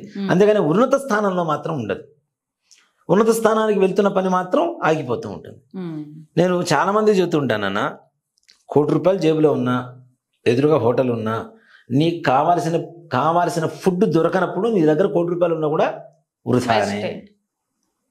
నాకు పూరి కావాలి, పూరి తప్ప అన్నీ ఉన్నాయి అనుకోండి, వేస్టేగా. ఇడ్లీ కావాలి, కనీసం ఇడ్లీ తప్పించి అన్నీ ఉన్నాయి, ₹1,00,00,000 ఉంటే ఏం ఉపయోగం ఉంటుంది నా దగ్గర? కాబట్టి అంతే కదా. సో మనం అనుకున్న పని చేయలేకపోవటం కూడా ముఖ్యంగా. అందులో ఇంకోటి మిడిల్ డ్రాప్ మెంటాలిటీ. మొదలుపెట్టి మధ్యలో ఆపేసి స్నేహితులు ఎవరో ఏదో చెప్పారని చెప్పి కొత్త పనులు స్టార్ట్ చేయటం, దాన్ని మళ్ళీ మధ్యలో ఆపుతాడు, ఇంకోటి ఏదో కొత్తగా స్టార్ట్ చేస్తుంటాడు. ఈ ఇన్వెస్ట్మెంట్లు మొత్తం కూడాను తండ్రి దగ్గర నుంచి తల్లి దగ్గర నుంచి లాక్కుంటుంటాడు. అవి ఖర్చు అయిపోతుంటాయి. చివరికి ఏం చేయను, నాకేం వచ్చి రావటలా, నేను చేయను, ఇంట్లో కూర్చుంటాను అంటాడు. దీంతో పాటు కొంతమంది పిల్లలు ఉంటారు, అసలు ఈ వీడియో కనుక ఇప్పుడు మనం చెప్తున్న వీడియో కనుక చూస్తే మరలా నా దగ్గర జాతకాన్ని కూడా రారు, గ్యారంటీ నాకు తెలిసి. ఎందుకంటే ఫుల్ డీటెయిల్స్ దీంట్లోనే ఉన్నాయి కదా, అన్ని చెప్పేస్తున్నారు పబ్లిక్ గా మీరు కదా. మీరు వచ్చాక పితృదోషం ఎలా ఉంటుందని అందరికీ తెలిసిపోతుంది, అంతే కదా చెప్తున్నది. అయితే కొంతమంది పిల్లలు ఉంటారు చూడండి నాన్న, బయట గడప దాటి బయటికి వెళ్తే హ్యాపీగా ఉంటారు, గడప దాటి లోపలికి రాగానే మూడీగా ఉంటారు, మూడ్ ఆఫ్ అనమాట మొత్తం. ఇంటికి వచ్చామా అన్నట్టుగా ఉంటుంది. ఇంటికి వచ్చిన తర్వాత యాక్టివ్నెస్ ఉండదు. పైగా తల్లిదండ్రులు ఒకటే మాట రెండోసారి చెప్పారంటే యుద్ధం, చేతిలో ఉన్న వస్తువులు పగలగొట్టేస్తారు. ఎంత సెన్సిటివ్ అయిపోతుంటారంటే అంత సెన్సిటివ్ అయిపోతుంటారు. పైగా తల్లిదండ్రులను కొట్టడానికి కూడా వెనకాడనటువంటి పరిస్థితి కూడా చేరుకుంటూ ఉంటారు. వాడు మంచినీళ్ళ గ్లాస్ ఇక్కడే ఉంటుంది, బయట మాత్రం 10 మందికి వీడే మంచినీళ్ళ ట్యాంకు తీసుకొచ్చి గ్లాసులో పోసి మరి ఇస్తాడు. ఇంటికి వచ్చిన తర్వాత మాత్రం గ్లాస్ అక్కడ ఉంటుంది, అమ్మా వాటర్ ఇక్కడ చేయబడతాడు, ఆ గ్లాస్ వచ్చి ఇక్కడ పెడితే అప్పుడు తాగుతాడు. అంత లేజీనెస్ పెరిగిపోతూ ఉంటుంది. అది కేవలం ఇంట్లో మాత్రమే పెరుగుతుంది. బయట మళ్ళీ యాక్టివ్గా ఉంటారు. బయట వాళ్ళకి పోయి చెప్పారనుకోండి, మా అబ్బాయి ఇంత బద్ధకంగా ఉంటాడు, ఊరుకోండి, మీ వాడు మంచిగా పనిచేస్తాడు, యాక్టివ్గా ఉంటాడు. బయట కుందేరు, ఇంట్లో తాబేరు, లోపల కదలదు, బయట అసలు ఎక్కడ నిలదు, పరిగెడుతూనే ఉంటారు. ఈ రకమైనటువంటి తత్వం కూడా కేవలం పితృదోషం, స్త్రీ శాపం, దేవతా శాపాల వల్ల కలిగేటువంటి లక్షణాలు ఇవి. ఇన్ని లక్షణాలతో వీటిల్లో ఏదో ఒక బాధ ఎవరికో ఒకరికి తగులుతూనే ఉందమ్మా. నిజంగా ఏదో ఒక బాధ ఉంటూనే ఉంది. మానసికమైనటువంటి క్షోభ, దీంతో పాటుగా అనారోగ్య సమస్యలు, చిన్న చిన్న పిల్లల దగ్గర నుంచి పెద్దవాళ్ళ వరకు ఉండేటువంటి సమస్యలు ఏంటి అంటే కేవలం ఇవే. ఈ అనారోగ్యం, బీపీలు, షుగర్లు, thyroid, cancer, kidney, brain stroke అని చిన్న చిన్న పిల్లలకు కూడా బ్రెయిన్ స్ట్రోక్. 14 ఏళ్ల అబ్బాయికి బ్రెయిన్ స్ట్రోక్. అసలు 14 ఏళ్ల అబ్బాయికి బ్రెయిన్ స్ట్రోక్ ఏంటి అసలు? మరీ ఘోరం. అదేమో లెఫ్ట్ వస్తే రైట్ పడిపోతుంది, రైట్ వస్తే లెఫ్ట్ పడిపోతూ ఉంటుంది. బ్రెయిన్ లో లెఫ్ట్ సైడ్ స్ట్రోక్ వస్తే రైట్ సైడ్ హ్యాండ్, లెగ్ పడిపోతాయి. అదే రైట్ సైడ్ వచ్చిందంటే లెఫ్ట్ సైడ్ లెగ్, హ్యాండ్ పడిపోతూ ఉంటాయి. ఏది లేకపోయినా కూడా మానవ జీవితం కష్టమే కదా. ఇప్పుడు 14 ఏళ్ల పిల్లవాడి దగ్గర నుంచి వాడిని వదులుకోలేరు, చంపుకోలేరు. వాడికి జీవితాంతకాలం తల్లిదండ్రులే సేవ చేస్తూ ఉంటారంటే అలాంటి వాడిని ఎవరు పెళ్లి చేసుకుంటారు? ఎవరు పెళ్లి చేసుకోరు? అమ్మనైనా అబ్బాయినైనా ఎవరు పెళ్లి చేసుకోరు. తల్లిదండ్రులు ఎంతకాలం బ్రతుకుంటారు? ఆ తర్వాత నా కొడుకు ఏమైపోతాడనే ఆత్మక్షోభ తల్లిదండ్రులకి ఎంత ఉంటుంది చెప్పండి. ఇవన్నీ కూడాను అతిగా ఆలోచించడం ద్వారా కూడా వస్తూ ఉంటాయి. ఇప్పుడున్న జనాల్లో ఉండే, యువతలో ఉండే ఇదేంటంటే నాకే ఈ ప్రాబ్లం వచ్చింది, ఇంకెవ్వరికి లేదు, అందరూ బాగున్నారు, నాకే ఎందుకు వచ్చింది, నాకే ఎందుకు వచ్చింది, నేను బాగున్నాను, మంచివాడిని, ఎవ్వరికి చెడు చేయను, నాకే ఎందుకు వచ్చింది, పక్క వాళ్ళందరూ బాగున్నారు, వాడు బాగున్నాడు, వీడు బాగున్నాడు. సార్ ఫస్ట్ కంపారిజన్ ఒకటి మానుకోవాలి. నీకు కష్టం వచ్చింది, పక్కవాడిని ఎందుకు చూస్తున్నావు నువ్వు? మన అలవాటు ఉంది కదా ఒకటి, కరెంట్ పోయింది మన ఇంట్లో అనగా పక్కింట్లో చూస్తున్నాం, పక్కింట్లో కూడా పోతే అంతా పోయింది వస్తుందిలే. పక్కింట్లో ఉంటే అమ్మో పక్కింట్లో ఉంది, మన ఇంట్లోనే పోయింది, మన ఇంట్లోనే ఉంది, కంగారు ఎక్కువ. కంపారిజన్ ఏదైతే ఉందో దానివల్ల ఎక్కువగా యువత చాలా దెబ్బతింటున్నారు. నువ్వు పడే కష్టం నువ్వు చెయ్యి, దాని తర్వాత ఎదురు వాళ్ళ సంగతి ఆలోచించు. నువ్వు చేయగలిగితే ఎదురు వాళ్ళకి సహాయం చేయాలి. ఇప్పుడు నాకు మా తమ్ముడు అనేవాడు, ఎవరింటికన్నా విఐపి వాళ్ళ ఇళ్ళకి వెళ్ళి హోమాలు అభిజించేటప్పుడు అన్న ఒక ఫోటో దిగుదామన్నా, ఆయనతో సినిమా ఆర్టిస్టులు వీళ్ళకి, ఎంపీలు, ఎమ్మెల్యేలు వీళ్ళకి హోమాలకు వెళ్తూ ఉంటాం కదా, వెళ్ళినప్పుడు అన్న ఒక ఫోటో దిగుదామన్నా అన్న. నేను ఒకటే మాట చెప్పామండి, వంశీ వాళ్ళతో మనం ఫోటో దిగడం కాదు, వాళ్ళు మనతో ఫోటో దిగే స్థాయికి మనం రావాలని చెప్తాను. అది కంపారిజన్ లేకపోతేనే ఆ స్థాయికి, అంటే వాళ్ళ గురించి పట్టించుకుంటే మనం రాము. మనం బెస్ట్ పొజిషన్లో ఉండడానికి ట్రై చేయాలి, అంతేగాని ఎదుటివాడు బెస్ట్ పొజిషన్లో ఉన్నాడు ఓకే, నువ్వు లేకపోతే నువ్వు బాధపడద్దు. అంతకుమించి మంచి స్థానానికి రావడానికి ఎలాంటి ప్రయత్నం చేయాలో ఆ ప్రయత్నం చేయాలి. ఇది నా చిన్నప్పటి నుంచి నాకున్న లక్షణం. అవును, నాకు కూడా ఒకసారి చెప్పారు మీరు. నేను ఫోటో దిగడం కాదు, వాళ్ళు మనతో ఫోటో దిగే స్థాయిలో మనకు రావాలి. ఆ స్థాయికి వస్తే తప్పనిసరిగా మనం మంచి ఇది ఉంటుంది. ఆ కాన్ఫిడెన్స్ కానీ, లేదంటే మనం చెయ్యాలి, చేయదగిన వాళ్ళము, చేస్తే మంచిగా ఉంటుంది, చేయడానికి ఎలాంటి పని చేయాలి, ఎలాంటి పని చేస్తే ఆ స్థానంలో ఉంటాము అనేటువంటిది ఆలోచన లేకుండా పక్కవాడు బాగుపడిపోతున్నాడు అనేటువంటి ఒక జలస్ ఏదైతే ఉంటుందో అది ఒక జనరల్, ఒక మాట చెప్పాలి అంటే చిన్న చిన్న పిల్లలు ఉండడం కామన్ అన్నమాట. ఒక 25 ఏళ్ళు 30 ఏళ్ళ వరకు కూడా ఉంటూనే ఉంటుంది. కానీ కొంతమందికి ఎంత వయసు వచ్చినా వయసు వస్తుంది కానీ ఇది మాత్రం దక్కటల్లా. చూడలేంతను, గౌరవలేంతను, మన మీద అంత దేనికి ఎవరో మీద తీసి పక్కన పెట్టండి. నేను మన నలుగురు మంచి చేస్తుంటే నా మీదనే జలసి పడేవాళ్ళు చాలా మంది ఉన్నారు. మంచి చేసే వాళ్ళ మీద ఎక్కువ ఉంటారు తప్పనిసరిగా. ఆయనకి ఎందుకు ఇంతమంది జనాలు వస్తారు, ఆయనతో ఎందుకు చేస్తారు అంటే మంచి చేయాలనుకుంటున్నాం కాబట్టి వస్తున్నారు, అలా చేయరు. అది ఇంకోటి కూడా ఏంటంటే ఎదురు వాళ్ళని మనం కించపరచడం అనేది తప్పు, చాలా తప్పు. మన పని మనం చేసుకుంటూ వెళ్ళిపోతే భగవంతుడు మనం హర్షిస్తాడు. కానీ పక్కవాడి పనులు కూడా వేలు పెడతానంటే కరెక్ట్గా ఉండదు కదా. మంచిగా ఉంటారంటే ఉండరు. ఉండలేనప్పుడే వేరే వాళ్ళ గురించి ఆలోచిస్తారు. అంతే అక్కడే కదా. అర్థమైపోతుందిలే కానీ. ఇప్పుడు సింపుల్ నాన్న, ఉమ్, నా పని నేను చేసుకుంటూ వెళ్ళిపోతున్నాను, నా పనిలో నేను మంచిగా ఉన్నాను, ఉమ్, ఓకే, ఒక స్థాయికి వెళ్తున్నాను, ఉమ్, పక్క వాళ్ళ గురించి మాట్లాడకూడదు, ఆలోచించకూడదు. వాళ్ళు ఈ కొంతమంది ఉంటారు ఏంటంటే ఒక స్థాయిలో వెలిగి ఎక్కడ స్థాయి దిగిపోతుందో, లైక్ స్వాతి కిరణ్ సినిమా. ఒక్క మాట చెప్పాలంటే ఉమ్, స్వాతి కిరణ్ సినిమా ఉంది కదా, శిష్యుడిని మెచ్చుకోలే ఆయన ఉమ్, గురువు, అవును. కానీ వాడు మాత్రం ఇంకా ఉన్నత స్థానాలకు వెళ్ళిపోతుంటాడు. ఉమ్. అంటే కొంతమంది ఏడిపే కొంతమందికి ఎదుగుదలకి కారణం అవుతూ ఉంటుంది. ఎందుకు భయం వేస్తుంది అంటే మన దగ్గర జెన్యూనిటీ ఉన్నప్పుడు, సబ్జెక్ట్ ఉన్నప్పుడు ఆటోమేటిక్ గా అవతల వాళ్ళకి భయం వేస్తుంది. ఆటోమేటిక్ నాన్న, అంతే. అరే ఇప్పుడు నా దగ్గర వజ్రం అది ఉంది, మీ సక్సెస్ కదా. అంతే గ్యారెంటీ. అంటే నా సక్సెస్ ని వాడు ఒప్పుకుంటున్నట్టు, ఒప్పుకుంటారు వాళ్ళు సర్టిఫై చేస్తున్నట్టు, వాడు ధృవీకరిస్తున్నట్టు పబ్లిక్ గా. పబ్లిక్ గా, అంతే కదా. మరి నాకు అంతకు మించి ఇంకేం కావాలి నాకు, అంతే కదా. అంతే. సో కాబట్టి వాళ్ళ ఆశీస్సులే కోరుకుంటా నేను కూడా తప్పనిసరిగా. వాళ్ళు నన్ను ఏదో అనుకుంటున్నారు, నేను వాళ్ళ గురించి మాట్లాడాల్సిన అవసరం లేదు. లేదు. వాళ్ళు ఆ విధంగా అయినా సరే నా పేరు వాళ్ళ మనస్సులో పలుకుతుంది కాబట్టి వాళ్ళు చేసినటువంటి ఉపాసన బలం ఏదైతే ఉంటుందో తప్పనిసరిగా ఆ ఉపాసన బలం అంతో కొంత నాకు కూడా లభిస్తూ ఉంటుంది. తద్వారా ఇంకా నా ఎదుగుదల పరమేశ్వరుడు ఇంకా మంచిగా ముందుకు తీసుకెళ్ళడానికి కారణం అవుతుంది. అబ్బా, ఎలా ఆలోచిస్తే శత్రువులు ఉండరు నాన్న, అంతే కదా. సో అంటే ఇప్పుడు నా గురించి కుళ్ళుకునేవాడు ఎవరు ఉంటారు? నా వృత్తిలో ఉండేవాళ్ళే ఉంటారు, అవునా. నా వృత్తిలో ఉండేవాడు అంతో కొంత ఉపాసన బలం, జ్యోతిషశాస్త్ర విజ్ఞానం ఇవన్నీ ఉన్న వాళ్ళే ఉంటారు. అలాంటి వాళ్ళు కొట్టుకునే, అంటే తిట్టుకునేందుకైనా మెచ్చుకునేందుకైనా మా పేరు ఒకసారి మనసులో పలికితే చాలు. అది కార్తీక పురాణంలో కథ ఉంటుంది నాన్న. ఒక యువరాజు, ఒక పురోహితుడు భార్య. యువరాజుకు ఉండేటువంటి లక్షణం ఏమిటి అంటే రాజ్యంలో ఉండేటువంటి స్త్రీలందరినీ కూడా మోహిస్తూ ఉంటాడు. అలాగే ఈ పురోహితుడు భార్యను కూడా మోహిస్తాడు యువరాజు. వీళ్ళిద్దరూ ఒక చోట కలుసుకోవాలి అని చెప్పి ఒక కార్తీక మాసం ఆ రోజుల్లో నవంబర్లో కార్తీక మాసంలో ఒక పాడుబడ్డ దేవాలయం దగ్గరికి వెళ్తారు. శివాలయంలో వెళ్ళిన చోటుకి వెళ్ళిన తర్వాత ఇద్దరు కూడా కలవాలి అంటే తప్పనిసరిగా దీపం అనేది ఉండాలి. కాబట్టి ఆవిడేం చేసిందంటే చీర కొంగుని చించి అక్కడ ఉండేటువంటి ప్రమిదలో కొద్ది నూనె ఉంటే అది మొత్తం కలిపి ఒక చోట దీపారాధన వెలిగించి వాళ్ళిద్దరు కలిశారు. ముగ్గురు చనిపోయారు. పురోహితుడు చనిపోయాడు, తర్వాత యువరాజు చనిపోయాడు, పురోహితుడి భార్య చనిపోయింది. యువరాజు కోసం, పురోహితుడి భార్య కోసం స్వర్గం నుంచి దూతలు వచ్చారట, పురోహితుడి కోసం నరక నుంచి దూతలు వచ్చారట. ఈ పురోహితుడు గొడవ పడుతున్నాడు. అదేమిటయ్యా, నేనేమో పురోహితుడిని నిత్యం సంధ్యావందనం చేస్తుంటాను, బ్రాహ్మణ్ణి సద్బ్రాహ్మణ్ణి, నేను మంచివాడిని, నా కోసం నరకం నుంచి దూతలు వచ్చారు, వాళ్ళిద్దరేమో చేయరాని పనులు చేశారు, శివాలయంలో చేశారు, అందుకని వాళ్ళ ఇద్దరికేమో స్వర్గం నుంచి దూతలు వచ్చారు అని అన్నట్టు. అంటే వాళ్ళు ఎలాంటి పని చేసినా కార్తీక మాసంలో శివాలయంలో దీపారాధన వెలిగించారు కాబట్టి వాళ్ళకి ఆ పుణ్యం వచ్చింది, అందుకని తీసుకెళ్తున్నారు, స్వర్గం నుంచి దూతలు వచ్చారని చెప్పారట.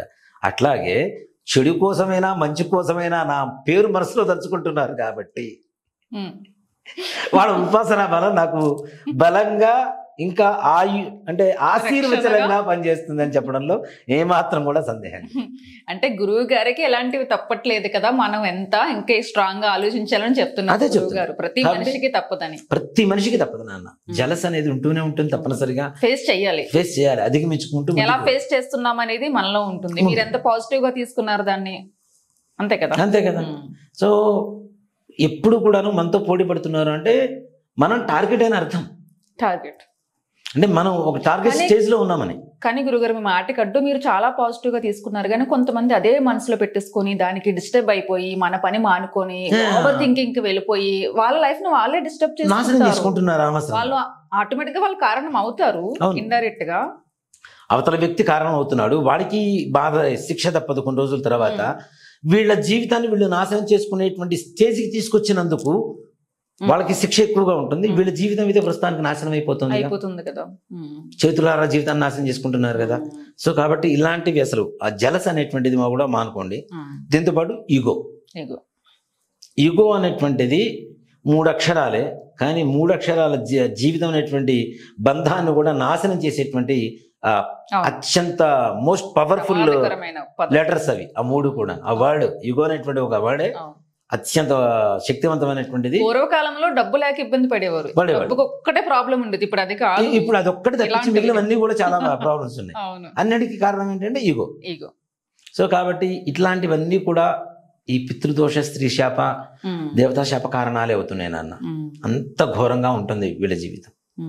వీళ్ళ ప్రాబ్లమ్స్ అన్ని మీరు చెప్పారు కాబట్టి ప్రతి ఒక్కరికి ప్రాబ్లం ఉంది, మన చేతుల్లో ఏమీ లేదు. దీని నుంచి నివారణ ఏదన్నా ఉంటుందా గురువుగారు, బయటపడి సంతోషంగా ఉండాలంటే? మనం నిజంగా ఇలాంటి వాటికి నేను అదే చెప్తాను. మా పితృదోషం కావచ్చు, స్త్రీ శాపం కావచ్చు, దేవతా శాపం కావచ్చు, గోవధ కావచ్చు, భ్రూణ హత్య కావచ్చు, వీరహత్య కావచ్చు, బ్రహ్మహత్యాది పాతకాలు కావచ్చు, ఇలాంటి వాటి వల్ల తప్పనిసరిగా మనకి పితృదోషాలు ఇట్లాంటివన్నీ కూడా అంటుకొని మనమే కాకుండా మన పిల్లల పిల్లల పిల్లల పిల్లలు భవిష్యత్ తరాలన్నీ కూడాను మన చేతులారా మనం నాశనం చేస్తున్నాం అనేటువంటిది గుర్తుపెట్టుకోవాలి. ఇలాంటి వాటికి నివారణ అంటే ఒక్కటే మార్గం, గోకర్ణంలో ఉండేటువంటి ఆ మహాబలేశ్వరుడి అనుగ్రహం తప్పనిసరిగా ప్రతి ఒక్కరికి కావాలి. గోకర్ణంలో ఉండేటువంటి శివుడి ఆత్మలింగం ఏదైతే ఉందో, రావణాసురుడు తీసుకొచ్చినటువంటి ఆత్మలింగం, ఆ సమీపంలో సముద్ర తీరంలో ఎవరైతే మోక్షనారాయణ బలి అనేటువంటి ఒక పూజా కార్యక్రమాన్ని చేస్తారో, తద్వారా వాళ్ళ వంశాన్ని వాళ్ళ ఇంటిని వంటిని అంటిపెట్టుకున్న కర్మ విముక్తి జరిగి వాళ్ళకు ఉండేటువంటి సకల పీడా నివారణ జరిగి తప్పనిసరిగా, అంటే చేయించుకున్న వెంటనే ఏదో మెరాకిల్ జరిగిపోతుందని చెప్పను. అలా మెరాకిల్ జరిగిన వాళ్ళు కూడా కొంతమంది ఉన్నారు, నేను చెప్తాను. అవి కూడా తప్పనిసరిగా చెప్పుకోవాల్సినవి. అంత మంచి అనుభూతినిచ్చినాయి అవి. అలా వెంటనే జరుగుతుందని కాదు, కానీ కనీసం 8 నెలల తర్వాత అయినా సరే, 8 నెలల లోపల అయినా సరే, కొంతమందికి రోజులో జరిగినాయి, కొంతమందికి గంటల్లో జరిగినాయి, కొంతమందికి నెలల్లో జరిగినాయి, కొంతమందికి సంవత్సరం వరకు సమయం తీసుకుంది. ఆ సంవత్సరం వరకు టైం తీసుకున్న వాళ్ళలో నేను కూడా ఒకడిని. చెప్పాను కదా, 2018లో చేస్తే 19లో సొంత ఇంట్లోకి అదే రోజున గృహప్రవేశం చేశాను నేను. అక్కడ పూజ చేయించుకున్న డేట్కే కరెక్ట్ ఎగ్జాక్ట్ 1 year పట్టింది. ఇంకా చిన్న చిన్నవి అయితే వెంటనే అవుతాయి. కాబట్టి ఈ మోక్షనారాయణ బలి వల్ల ఒక 8 నెలల తర్వాత మాత్రం తప్పనిసరిగా మీ జీవితం, మీ భవిష్యత్తు తరాలు జీవితం కూడాను, భవిష్యత్తు కూడా తప్పనిసరిగా మారుతుంది, అత్యున్నతంగా ఉంటుంది. పరమేశ్వరుడు అనుగ్రహం, శివుడాజ్ఞ అనేది చేయమైనా కుట్టదు అని చెప్పి ఆయన అనుగ్రహం కలిగితే, పరమేశ్వరుడు అనుగ్రహం ఈ ప్రపంచంలో లేదంటూ ఏమీ లేదు. ఎన్ని ఉన్నా ఆయన అనుగ్రహం కలగకపోతే ఏమీ లేనట్టే లెక్క, అంతే కదా. కాబట్టి అక్కడ మోక్షనారాయణ బలి అనేటువంటిది చాలా మోస్ట్ పవర్ఫుల్ నాన్న.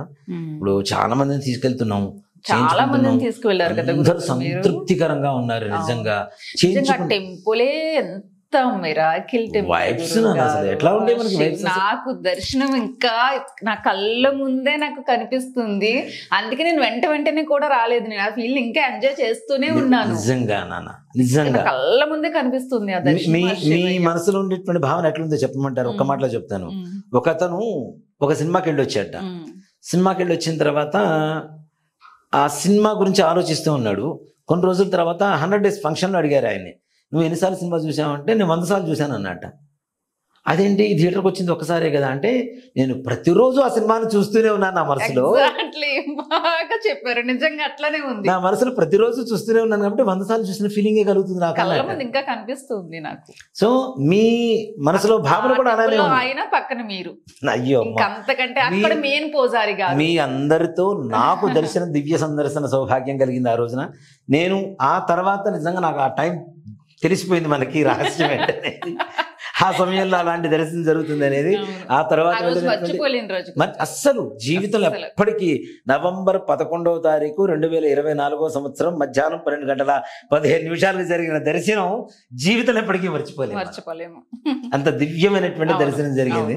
సోమవారం, అందులో కార్తీక సోమవారం, రెండో సోమవారం అసలు చాలా బాగా జరిగింది. సో అక్కడ పూజ చేయించుకుంటే నిజంగానే మీ మాటకడ్డు గురుగారు, నాకు అప్పటి నుంచి కూడా నిజంగా నా లైఫ్ లో చాలా పాజిటివ్ గా ఉంది. మంచిది నాన్న, నిజంగా మీరు చాలా బాగుంటుంది నాన్న అన్నారు. నిజంగానే నేను ఎప్పుడు పాజిటివ్ గానే ఉంటాను. నాకు చిన్నప్పటి నుంచి కూడా, మొన్న టెంపుల్ కి వెళ్ళొచ్చిన దగ్గర నుంచి ఇంకా పాజిటివ్ గా ఉంది నాకు. అంటే ఇది అయితే బాగుండు, ఇది చేస్తే బాగుండు అంటే వెంటనే అవుతుంది నాకు. నిజంగా నేను కెమెరా కోసం ఇలాంటి అసలు ఎవరు అబద్ధం చెప్పరు, నిజంగా అట్లానే ఉంది నాకు. మనం తీసుకెళ్ళినప్పుడు నాన్న బస్సులో ఒక వ్యక్తిని ఉంచాలి తప్పనిసరిగా మన తరఫు నుంచి అని చెప్పి ఒక అబ్బాయిని తీసుకొని వచ్చా, కమలాకర్ అని. అబ్బాయికి ఉద్యోగం లేదు, దాదాపు 2.5-3 సంవత్సరాలు అవుతుంది. జాబ్ వచ్చింది, జాయిన్ అయిపోయాడు తను. అప్పుడు వచ్చాడు, జాయిన్ అయిపోయాడు. మళ్ళీ రెండోసారి నేను వస్తాను అన్నాడు. సరే రా, భగవంతుడు వస్తానంటే ఎందుకు కదనని రమ్మన్నాను. అవును. ఈ మూడోసారి కుదరలేదు, అతను జాబ్లో జాయిన్ అయిపోయాడు. రెండోసారి కూడా ఒక మెరాకిల్ ఏంటంటే నాన్న, ఒక వ్యక్తి టికెట్ బుక్ చేయించుకొని ఎక్కడెక్కడో మెహదీపట్నంలో ఎక్కడో ఉన్నాడు, ఇక్కడికి రాండి, ఇక్కడ బస్సు ఎక్కండి, లేదు మేము ఏదైనా ఆటో బుక్ చేసుకొని రాండి అంటే నేను వద్దు, నాకు టికెట్ బుక్ చేయమన్నాడు. టికెట్ క్యాన్సిల్ చేయమన్నారు. చేయమంటే మొదటిసారి మా చిన్నబాబు వచ్చాడు. అతను వద్దు అని చెప్పింది ఇప్పుడు లాస్ట్ మినిట్స్ లో చెప్పాడు మనకి, దాదాపు ఒక 10 నిమిషాల ముందు చెప్పాడు. మా రెండో వాడికి ఫోన్ చేశా, నాన్న ఎక్కడ ఉన్నావురా, ఇంట్లో ఉన్నాను నాన్న, వెంటనే బ్యాగ్ సార్ తీసుకుని వచ్చేసాయి. నేను అనుకున్నా, పరమేశ్వరుడు నా కొడుకు రెండోసారి కార్తీక మాసంలో దర్శనం ఇవ్వాలని రాసి పెట్టుంటే ఆయన ఎందుకు రాస్తాడు? ఆయన రాలేకపోయాడు నిజంగానే. సో కాబట్టి ఇలాంటివి కూడా భగవంతుడు పిలిపించుకుంటేనే మనం వెళ్తాం. మరి ఫస్ట్ సార్ సెకండ్ 2 times నేను రాలేదు, చూడండి రాలేదు నేను. ఇంక మీరు రావాల్సిన అవసరం లేదు. మీ మనసులో ఆత్మలింగం, ఆ దర్శనం అట్లానే ఇప్పుడు కాదు, ఇంకో 10 ఏళ్ల తర్వాత కూడా అదే ముద్ర మీ మనసులో ఉండిపోతుంది. ఇంకా శివుడు అనే పదం నాకు అదే భగవంతుడు గుర్తొస్తే ఆ దర్శనమే గుర్తొస్తుంది గురువుగారు. నేను గుంటూరులో దేవాలయంలో చేసేవాడిని, హరిహర క్షేత్రంలో చేసేవాడిని. నాకు 11-12 ఏళ్ల నుంచి నేను శివాలయంలో చేస్తున్నాను. నాకు శివాలయంలో అప్పుడు చేసేటప్పుడు ఏంటంటే డ్యూటీ, శివాలయం పొద్దున్న శివుడికి అభిషేకం చేయాలి, అలంకారం చేయాలి, పూజ చేయాలి, వచ్చిన వాడు కొబ్బరికాయ కొట్టాలి, అభిషేకం చేయాలి, ప్రసాదం తీర్థం ఇవ్వాలి, ఇదే డ్యూటీలోనే ఉండేది. నిజంగా చెప్పాలి అంటే గోకర్ణంలో శివుణ్ణి చూసిన తర్వాత శివుడి మీద పుట్టిన ఇష్టం, భక్తి ఇంకా నా జీవితంలో ఇంకా ఏ భగవంతుడి మీద కూడా పుట్టదేమో. అంత నేను భగవంతుడికి ఎడిక్ట్ అయిపోయా, ఆయన నాకు ఎడిక్ట్ అయ్యాడు, అందుకని నన్ను ఎన్నిసార్లు వినిపిస్తుంటాడు, రారా చూడాలని నన్ను. మనకు ఆ ఫీల్ అర్థమైపోతుంది కదా అది, భగవంతుడు మనల్ని చూస్తే తెలుస్తుంది. మన ఆధ్యాత్మిక బంధం అనేది మనకు అర్థమైపోతుంది అన్న. మొదట్లో అర్థం కాదు, కానీ తర్వాత మనం ఇన్నిసార్లు ఎందుకు వెళ్తున్నాం అంటే అప్పుడు అనిపిస్తుంది, ఓ ప్రతిసారి నన్ను శివుడు పిలుస్తున్నాడు కాబట్టి నేను వస్తున్నాను, ఆయన వద్దనుకుంటే ఎంతసేపు నేను. నిజంగా నాన్న, ఒకే నెలలో ఇన్నిసార్లు గోకర్ణ వెళ్ళింది కూడా ఈ సంవత్సరమే నేను, కార్తీక మాసంలో. అందులోను కార్తీక మాసం లాస్ట్ రోజు అమావాస్య ముందు రోజే వెళ్ళున్నాను నేను. ఆ రోజు మహాశివరాత్రి అయింది, దాని తర్వాత రెండో సోమవారం, మూడో సోమవారం, కార్తీక మాసం అంతా అక్కడే అయిపోయింది. ఆల్మోస్ట్ మొత్తం కార్తీక మాసం స్వామివారి సేవలోనే నాకు సందర్శన సౌభాగ్యం కలిగింది. దాంట్లో ఇంకొక మెరాకిల్ ఏంటంటే, మనం మూడో సోమవారం వెళ్ళాం కదా, వెళ్ళినప్పుడు లోపల నేను దర్శనం చేసుకొని బయటకు వచ్చేసాను. బయటకు వచ్చేసిన తర్వాత భక్తులు వచ్చాడు, మనతో పాటు వచ్చిన అతనే. నేను మామూలుగా లోపల నుంచి బయటకు వస్తున్నా, గర్భాలయం నుంచి బయటకు వచ్చేసి బయట నిల్చుంటాం కదా, బావి ఉంటుంది కదా, బావి దగ్గర నిల్చొని ఉన్నా. ఆయన వచ్చేసి కాళ్ళ మీద పడిపోయి, అయ్యా లోపల దేవుడు ఉన్నాడు అయ్యా, మీరు ఒక దేవుడు అయ్యా అన్నాడు. ఏమైంది స్వామి, ఎవరు మీరు అని అన్నా. నేను మీతో పాటు వచ్చానండి, మీ బస్సులోనే వచ్చేసాను, మీ మేనల్లుడే మా బస్సులో ఉన్నాడు, మేమందరం వచ్చేసాము అంటే. ఆ పూజ అయిందా అయ్యా, భోజనం చేశాను, పూజ అయిపోయింది గురుగారు, నా ఫలితం కూడా వచ్చేసింది గురుగారు అని అన్నాడు. ఏమైంది, ఎందుకు, ఎలా అన్నా అంటే, అయ్యా నాకు దాదాపు 10 సంవత్సరాల నుంచి ఒక అతను డబ్బులు ఇవ్వాలి, వడ్డీ మీద వడ్డీ నేను బయట నుంచి తీసుకొచ్చి ఇచ్చాను, ఆ వడ్డీని మొత్తం కట్టుకుంటూ ఉన్నాను, ఇప్పటికి 1 కోటి రూపాయలు అయింది. నేను పొద్దున పూజ అయిపోయింది, ఎప్పటి నుంచో ఇస్తాను చెప్పి 11 సంవత్సరాల నుంచి పోస్ట్ పోన్ చేస్తున్న వ్యక్తి నా అకౌంట్లో అమౌంట్ వేసేసాడయ్యా, నేను అతని కోసం చేసిన అప్పు తీరుగా ఇంకా 9 లక్షలు ప్రాఫిట్లో ఉన్నాను గురుగారు అన్నాడు. నిజంగా నాకైతే బాబోయ్ అనుకున్నా. నా పక్కనే ఉన్నారు ఎవరో భక్తులు కూడా, ఎక్కడి నుంచి వచ్చారు నాన్న ఎవరో, ఆయన శ్రీధర్ రావు గారు అని ఉన్నారు, ఒక ఆయన అడ్వకేట్ గారు మన చెన్నై నుంచి, ఆయన కూడా ఉన్నారు. అంటే నేను అనుకున్నా, అంటే ఇట్లానే ఉంటుంది సార్ అనుగ్రహం అంటే, స్వామివారి అనుగ్రహం అంటే కొంతమంది గంటల్లో అవుతుందని చెప్తుంటాను, అది ఒట్టి మాటలు కాదు, ఐశ్వర్యం. ఆ ఒట్టి మాటలు కాదు, నేను చెప్పింది కూడా విన్నారు కదా, మీరే విన్నారు కదా అంటే, అవునండి గురుగారు చాలా మోస్ట్ పవర్ఫుల్ పూజ అది, ఆయన అంత ఆనందంగా చదువుతున్నాడు అని అన్నాడు. బాగుంది నాయన, మంచిది. అలాంటివి చాలా చాలా వింటూ వచ్చానన్న. కానీ మొన్న 30వ తారీఖు వెళ్ళి 1వ తారీఖు పూజ చేయించాను చూడండి, ఆదివారం అమావాస్య, కార్తీక బహుళ అమావాస్య. నా జీవితంలో ఎప్పటికీ మర్చిపోలేనటువంటి ఒక యథార్థ గాథ విన్నాను నేను ప్రత్యక్షంగా చూశాను, అతని సెల్లో వీడియోలు కూడా చూశాను. అది నిజంగా చెప్తూ ఉంటే మనకి అతిశయోక్తిలాగా అనిపించింది నాకు మొదట్లో. ఏదో చెప్తున్నాడులే, సరే అని విన్నాను. కానీ ఆ తర్వాత అతను వీడియో చూపించింది తర్వాత చూస్తే అమ్మా బాబోయ్ అనిపించింది నాకైతే. అతను బెంగళూరు నుంచి అక్కడి నుంచి వచ్చాడమ్మా. తను బెంగళూరు చెన్నై నుంచి వచ్చాడు. తను వచ్చాడు. నేను గురుగారు ఆ పూజలు చేయించే గురుగారు ఉండగా ఇంటి దగ్గర బయట టేబుల్ ఉంటే టేబుల్ మీద కూర్చొని ఉన్నా. అతను వచ్చి పరిచయం చేసుకున్నాడు. నమస్కారం అండి, నా పేరు ఇదండి, మేము పలానా చోట నుంచి చూస్తున్నాం, మేము మరాఠీలం, అసలు మా పూర్వీకులంతా కూడా మరాఠీలే, అయితే మీకు ఒక విషయం చెప్పాలని వచ్చాను అని అన్నాడు. చెప్పండి అన్న.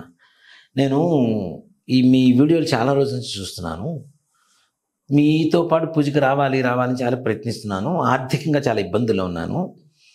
సరే ఏదైతే అదైందని చెప్పి అప్పు చేసే నేను మీ దగ్గర పూజకి డబ్బులు కట్టాను అంటే, నేనన్నా, నాన్న అంత అప్పు చేసి ఎందుకు చేస్తున్నావు నాన్న, నేను నీ డబ్బులు నీకు రిటర్న్ ఇస్తాను నాన్న, కావాలంటే తీసుకో, వద్దు నాన్న, అంత అన్యాయంగా వద్దు, మనకి భగవంతుడు కూడా హర్షించాడు అట్లాంటి వాటికి, నేను ఇస్తాను నాన్న, నీకు తీసుకో నాన్న.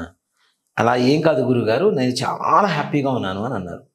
అప్పులు అయితే హ్యాపీ అండి అన్న ఎవరికైనా కామన్ కదమ్మా, అప్పు చేస్తే హ్యాపీ అండి అన్న అంటే, లేదు గురుగారు మీకు ఒక మాట చెప్తాను, నాకు నిన్న పొద్దున జరిగింది, మా ఇంట్లో జరిగింది, అది నేను మీతో చెప్పుకోవాలి, షేర్ చేసుకోవాలని ఒక కుతూహలం, ఇందాక నుంచి మీరు ఎవరెవరితో వాళ్ళతో మాట్లాడుతున్నారు, మీరు ఎప్పుడు ఫ్రీ అవుతారా అని చూస్తున్నాను అన్నాడు.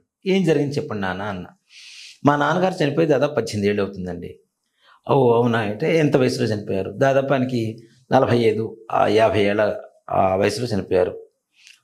ఓకేనా, నాన్నగారి కోసం చేయించడానికి వచ్చారంటే, అవునండి, అదేం కాదన్ను, మా అమ్మగారికి నరసింహస్వామి ఒంటి మీదకి వస్తుంటారండి, ఎప్పుడు బాగా ఆరాధన చేస్తుంటాం, మా ఇంటి కులదేవత కూడా నరసింహస్వామి, ఆయన వస్తూ ఉంటారు, ఆవిడేదో చెప్తూ ఉంటారు, మేము వింటూ ఉంటాం, చేస్తూ ఉంటాము. కానీ నిన్న పొద్దున గురుగారు, నిన్న పొద్దున కూడా ఒంటి మీదకి వచ్చారు. వచ్చిన తర్వాత ఆయన మరాఠీ మాట్లాడుతున్నారు. మరాఠీ మాట్లాడటంలో కూడాను మా నాన్నగారు ఏ పదాలైతే వాడుతూ ఉంటారో అదే పదాలు అదే స్టైల్లో మా నాన్నగారు కాలు మీద కాలేసుకొని కుర్చీలో ఊగుతూ మాట్లాడుతూ ఉంటారు, ఊగుడు కుర్చీలో. అలానే మా అమ్మగారు సేమ్ బిహేవ్ చేస్తున్నారు మా నాన్నగారు లాగానే. ఆ వీడియో చూపించాడు నాన్న. చూపించి ఇట్లా కాలు మీద కాలేసుకొని ఉంది ఆవిడ, ఇట్లా ఊగుతుంది. ఆవిడ మంచి హైట్ ఉన్నారు, బాగా పెద్ద ఆవిడ, ఇట్లా ఊగుతూ ఉన్నారు. ఇట్లా చుట్ట చేత్తో పట్టుకుంటే ఎట్లా ఉంటుంది, ఇట్లా ఇట్లా ఇట్లా పట్టుకున్నారు. ఇట్లా పట్టుకుని ఇట్లా ఊగుతూ గట్టిగా మరాఠీలో ఏదో చెప్తున్నారు. ఏం చెప్తున్నారన్న నాకు అర్థం కాదు, నాకు మరాఠీ తెలియదు అని అన్న. అక్కడ మాట్లాడింది మా నాన్నగారేనండి అని అన్నాడు. మా నాన్నగారు వచ్చారు, సేమ్ ఇంక చెప్పక్కర్లేదు, మా నాన్నగారు ఎలా ఉంటారో నాకు తెలుసు కదా, ఎలా కూర్చుంటారో తెలుసు, ఆయన బిహేవియర్ ఎలా ఉంటుందో తెలుసు, సేమ్ టైం ఆయన మాట్లాడే విధానం ఏంటో తెలుసు, ఆయన వాడేటువంటి పదాలు ఎలా ఉంటాయో నాకు తెలుసు. మా మరాఠీలో అవే పదాలు అవే మాట్లాడుతూ నా దగ్గరకు వచ్చారు. నేను మా అమ్మగారి దగ్గర పోయి కూర్చున్నాను. ఏరా నా ఆత్మకి విముక్తి చేయడానికి వెళ్తున్నావా అని అడిగారు. అనేసరికి అసలు నాకు ఫస్ట్ ఫీజులు ఎగిరిపోయినాయి నాన్న. నేను షాక్ అవుతాను. అబ్బాయి అది ఆనందంతో చూస్తున్నాడు. ఎంత ఆనందంగా చెప్తున్నాడు అంటే, ఏరా నా ఆత్మకి విముక్తి కలిగించడానికి వెళ్తున్నావా అన్నారట మరాఠీలో. అంటే అవును నాన్న, మరి వెళ్తున్నాను, ఎలా ఉంటుందో ఏమో అంటే, లేదురా మన వాళ్ళలో చాలామంది డబ్బు సంపాదించారు, చాలా సంపాదించారు. ఎవరు మన పూర్వీకులు చిన్న వయసులో చనిపోయిన వాళ్ళకి కానీ నాలాంటి వాళ్ళకి కానీ ఏ రకమైనటువంటి పితృకార్యాలు చేయలేదు. నీ దగ్గర డబ్బు లేకపోయినా నువ్వు వెళ్తున్నావు, ఇప్పుడు చాలా బాగుంటుంది నాన్న, వెళ్ళిరా నాన్న, నీ భవిష్యత్ అంతా కూడా చాలా మంచిగా ఉంటుందని చెప్పారు. ఆ మాట చెప్పినప్పుడే నాకు గూస్ బంప్స్ వచ్చేసినాయి. ఎంత ఆనందం వేసిందంటే, నాకు గర్వం కూడా కాదు, చాలా సంతోషం అనిపించింది, తృప్తిగా అనిపిస్తుంది చాలా. ఎట్లా అంటే మనం చేస్తున్నది చాలా ధర్మ మార్గంలో చేస్తున్నాం, ధర్మపరమైనటువంటి పూజ, పితృదేవతలు తప్పనిసరిగా సంతృప్తి పడతారు అని చెప్పడానికి ఇది ఒక్క ఉదాహరణ చాలా అనిపించింది. బెస్ట్ ఎగ్జాంపుల్ ఇది.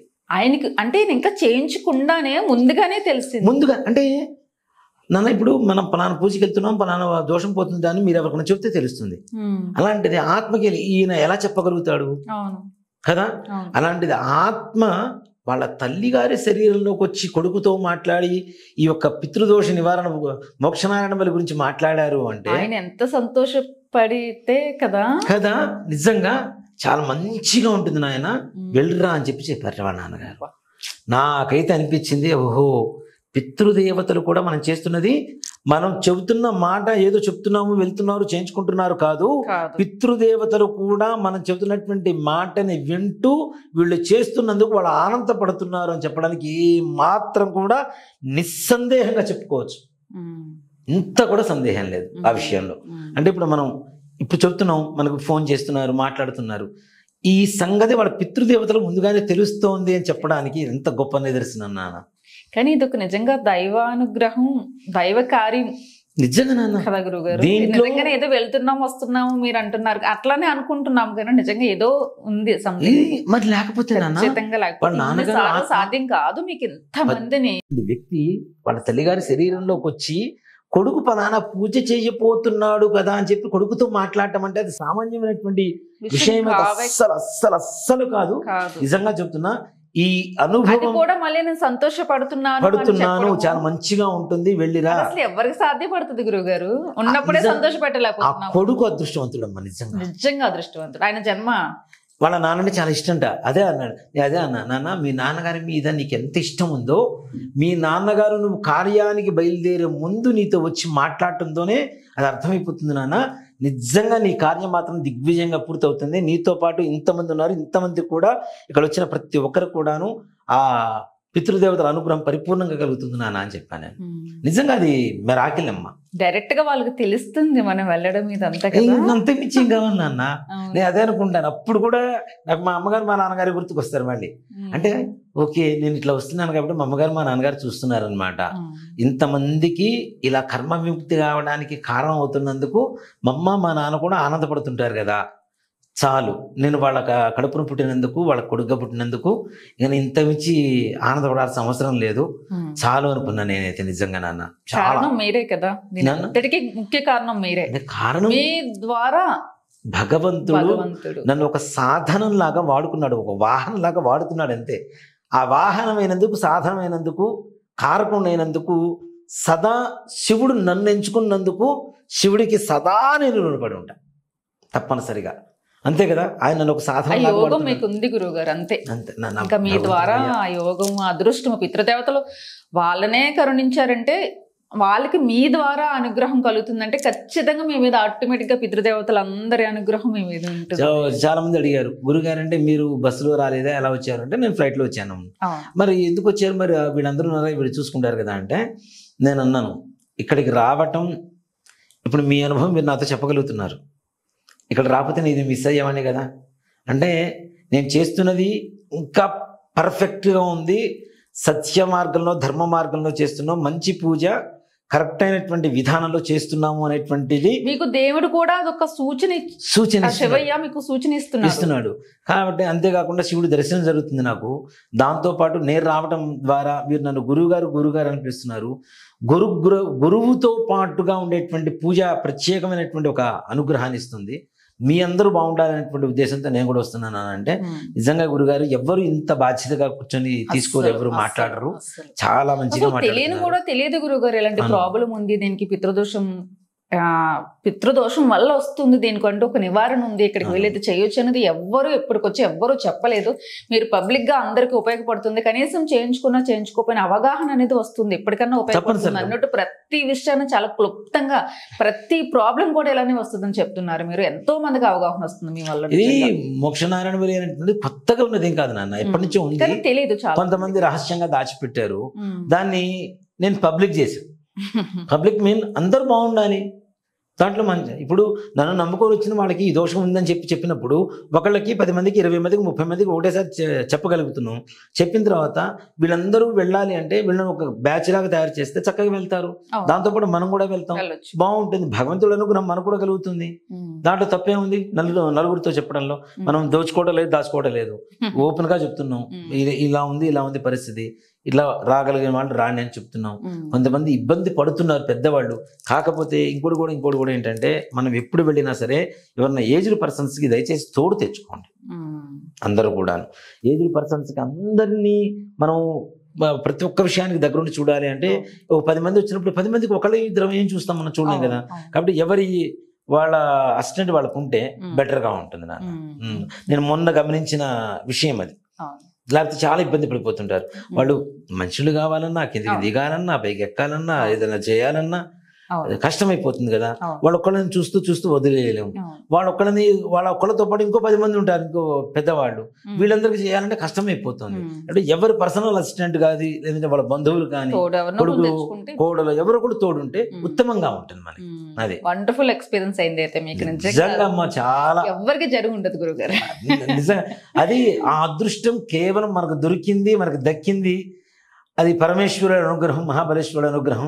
అక్కడ అందులో దగ్గర ఆ గుడి దగ్గరే. ఇక్కడ చాలా మంది మొన్న వచ్చినప్పుడు కూడా మళ్ళీ కొంతమంది అడుగుతూనే ఉన్నారు, గురుగారు మేము ఆడపిల్లలే ఉన్నాం, మగ పిల్లలు లేరు, మరి ఎలా చేయాలని చెప్పి కూడా కొంతమంది అడుగుతూ ఉంటే నేను చెప్పాను, నాన్న ఆడపిల్లలే ఉన్నా ఆడపిల్లలు మీ తండ్రి గారి స్థానంలో ఒక బ్రాహ్మణ కూర్చోబెట్టి చేయండి, దాంట్లో తప్పేం లేదు, చేసుకోవచ్చు. వివాహం అయిపోతే మీ మామగారితో చేయించండి, మీ మామగారు లేరు మీ వారితో చేయించండి. ఆటోమేటిక్గా మీకు, మీ పిల్లలకి, మీ భర్తకి ఉండేటువంటి దోషం అంతా నివారణ అవుతుంది. ఆ కుటుంబానికి కూడా తప్పనిసరిగా పితృదోషం ఉంటుంది, మీరు భార్య అవుతున్నారు, మీకు కూడా ఉంటుంది కాబట్టి మీ ద్వారా వచ్చేటువంటి సంతానాలు కూడా ఉంటుంది. అది రాకుండా ఉండేందుకు మీ వారిని కూర్చోబెట్టండి, మీ మామగారిని కూర్చోబెట్టండి, వారితో చేయించవచ్చు. వాళ్ళెవరు రాలేనటువంటి పరిస్థితి అంటారా, ఒక బ్రాహ్మణి కూర్చోబెట్టి అర్త్విగ్వరణం కర్తృత్వం ఇచ్చి చేయించుకోండి. నిజంగానే దూరాభారంలో అమెరికాలోనూ, ఆస్ట్రేలియాలోనూ, యూకేలోనూ ఉండేటువంటి వాళ్ళంటే ఆన్లైన్లో చేయించుకుంటున్నారు. ఆన్లైన్లో బుక్ చేసుకోవడం కాదు, మనం అక్కడ చేసేటువంటి పూజ మొత్తం కూడా వీడియో కాల్ వాళ్ళకి చూపిస్తుంటాం. తప్పనిసరిగా సంకల్పానికి కావాల్సిన గ్లాసు, నీళ్లు, ఉద్ధరణ, ప్లేటు, అక్షతలు దగ్గర పెట్టుకుని కూర్చుంటారు, సంకల్పం వరకు చేయిస్తారు. మిగిలినంతా కూడా బ్రాహ్మణ అర్తివివరణం ఇస్తే బ్రాహ్మణే మొత్తం దగ్గర నుండి చేస్తూ ఉంటాడు, అది మొత్తం వీడియో కాల్ చేసి చూపిస్తారు. కార్యక్రమం అయిపోయేంత వరకు చక్కగా ఇక్కడ జరుగుతున్నది మొత్తం వాడు వీడియో కాల్లో చూస్తూ ఉండొచ్చు. అది ఏ దేశంలో ఉన్నా ఎక్కడున్నా సరే. నిజంగా చెప్పాలంటే మొన్న నాకు పర్సనల్ వ్యక్తి పరిచయం అయ్యి నాతో పాటు వచ్చాడు, మొన్న వచ్చినప్పుడు ముస్లిం వ్యక్తి చేయించుకున్నాడు. ముస్లిమ్స్ మోక్షనారాయణ బలి చేయించాడు. నేను అదే అనుకుండా ఎవరికి దక్కనే అదృష్టాలు కొన్ని నాకు దక్కినాయి నాన్న.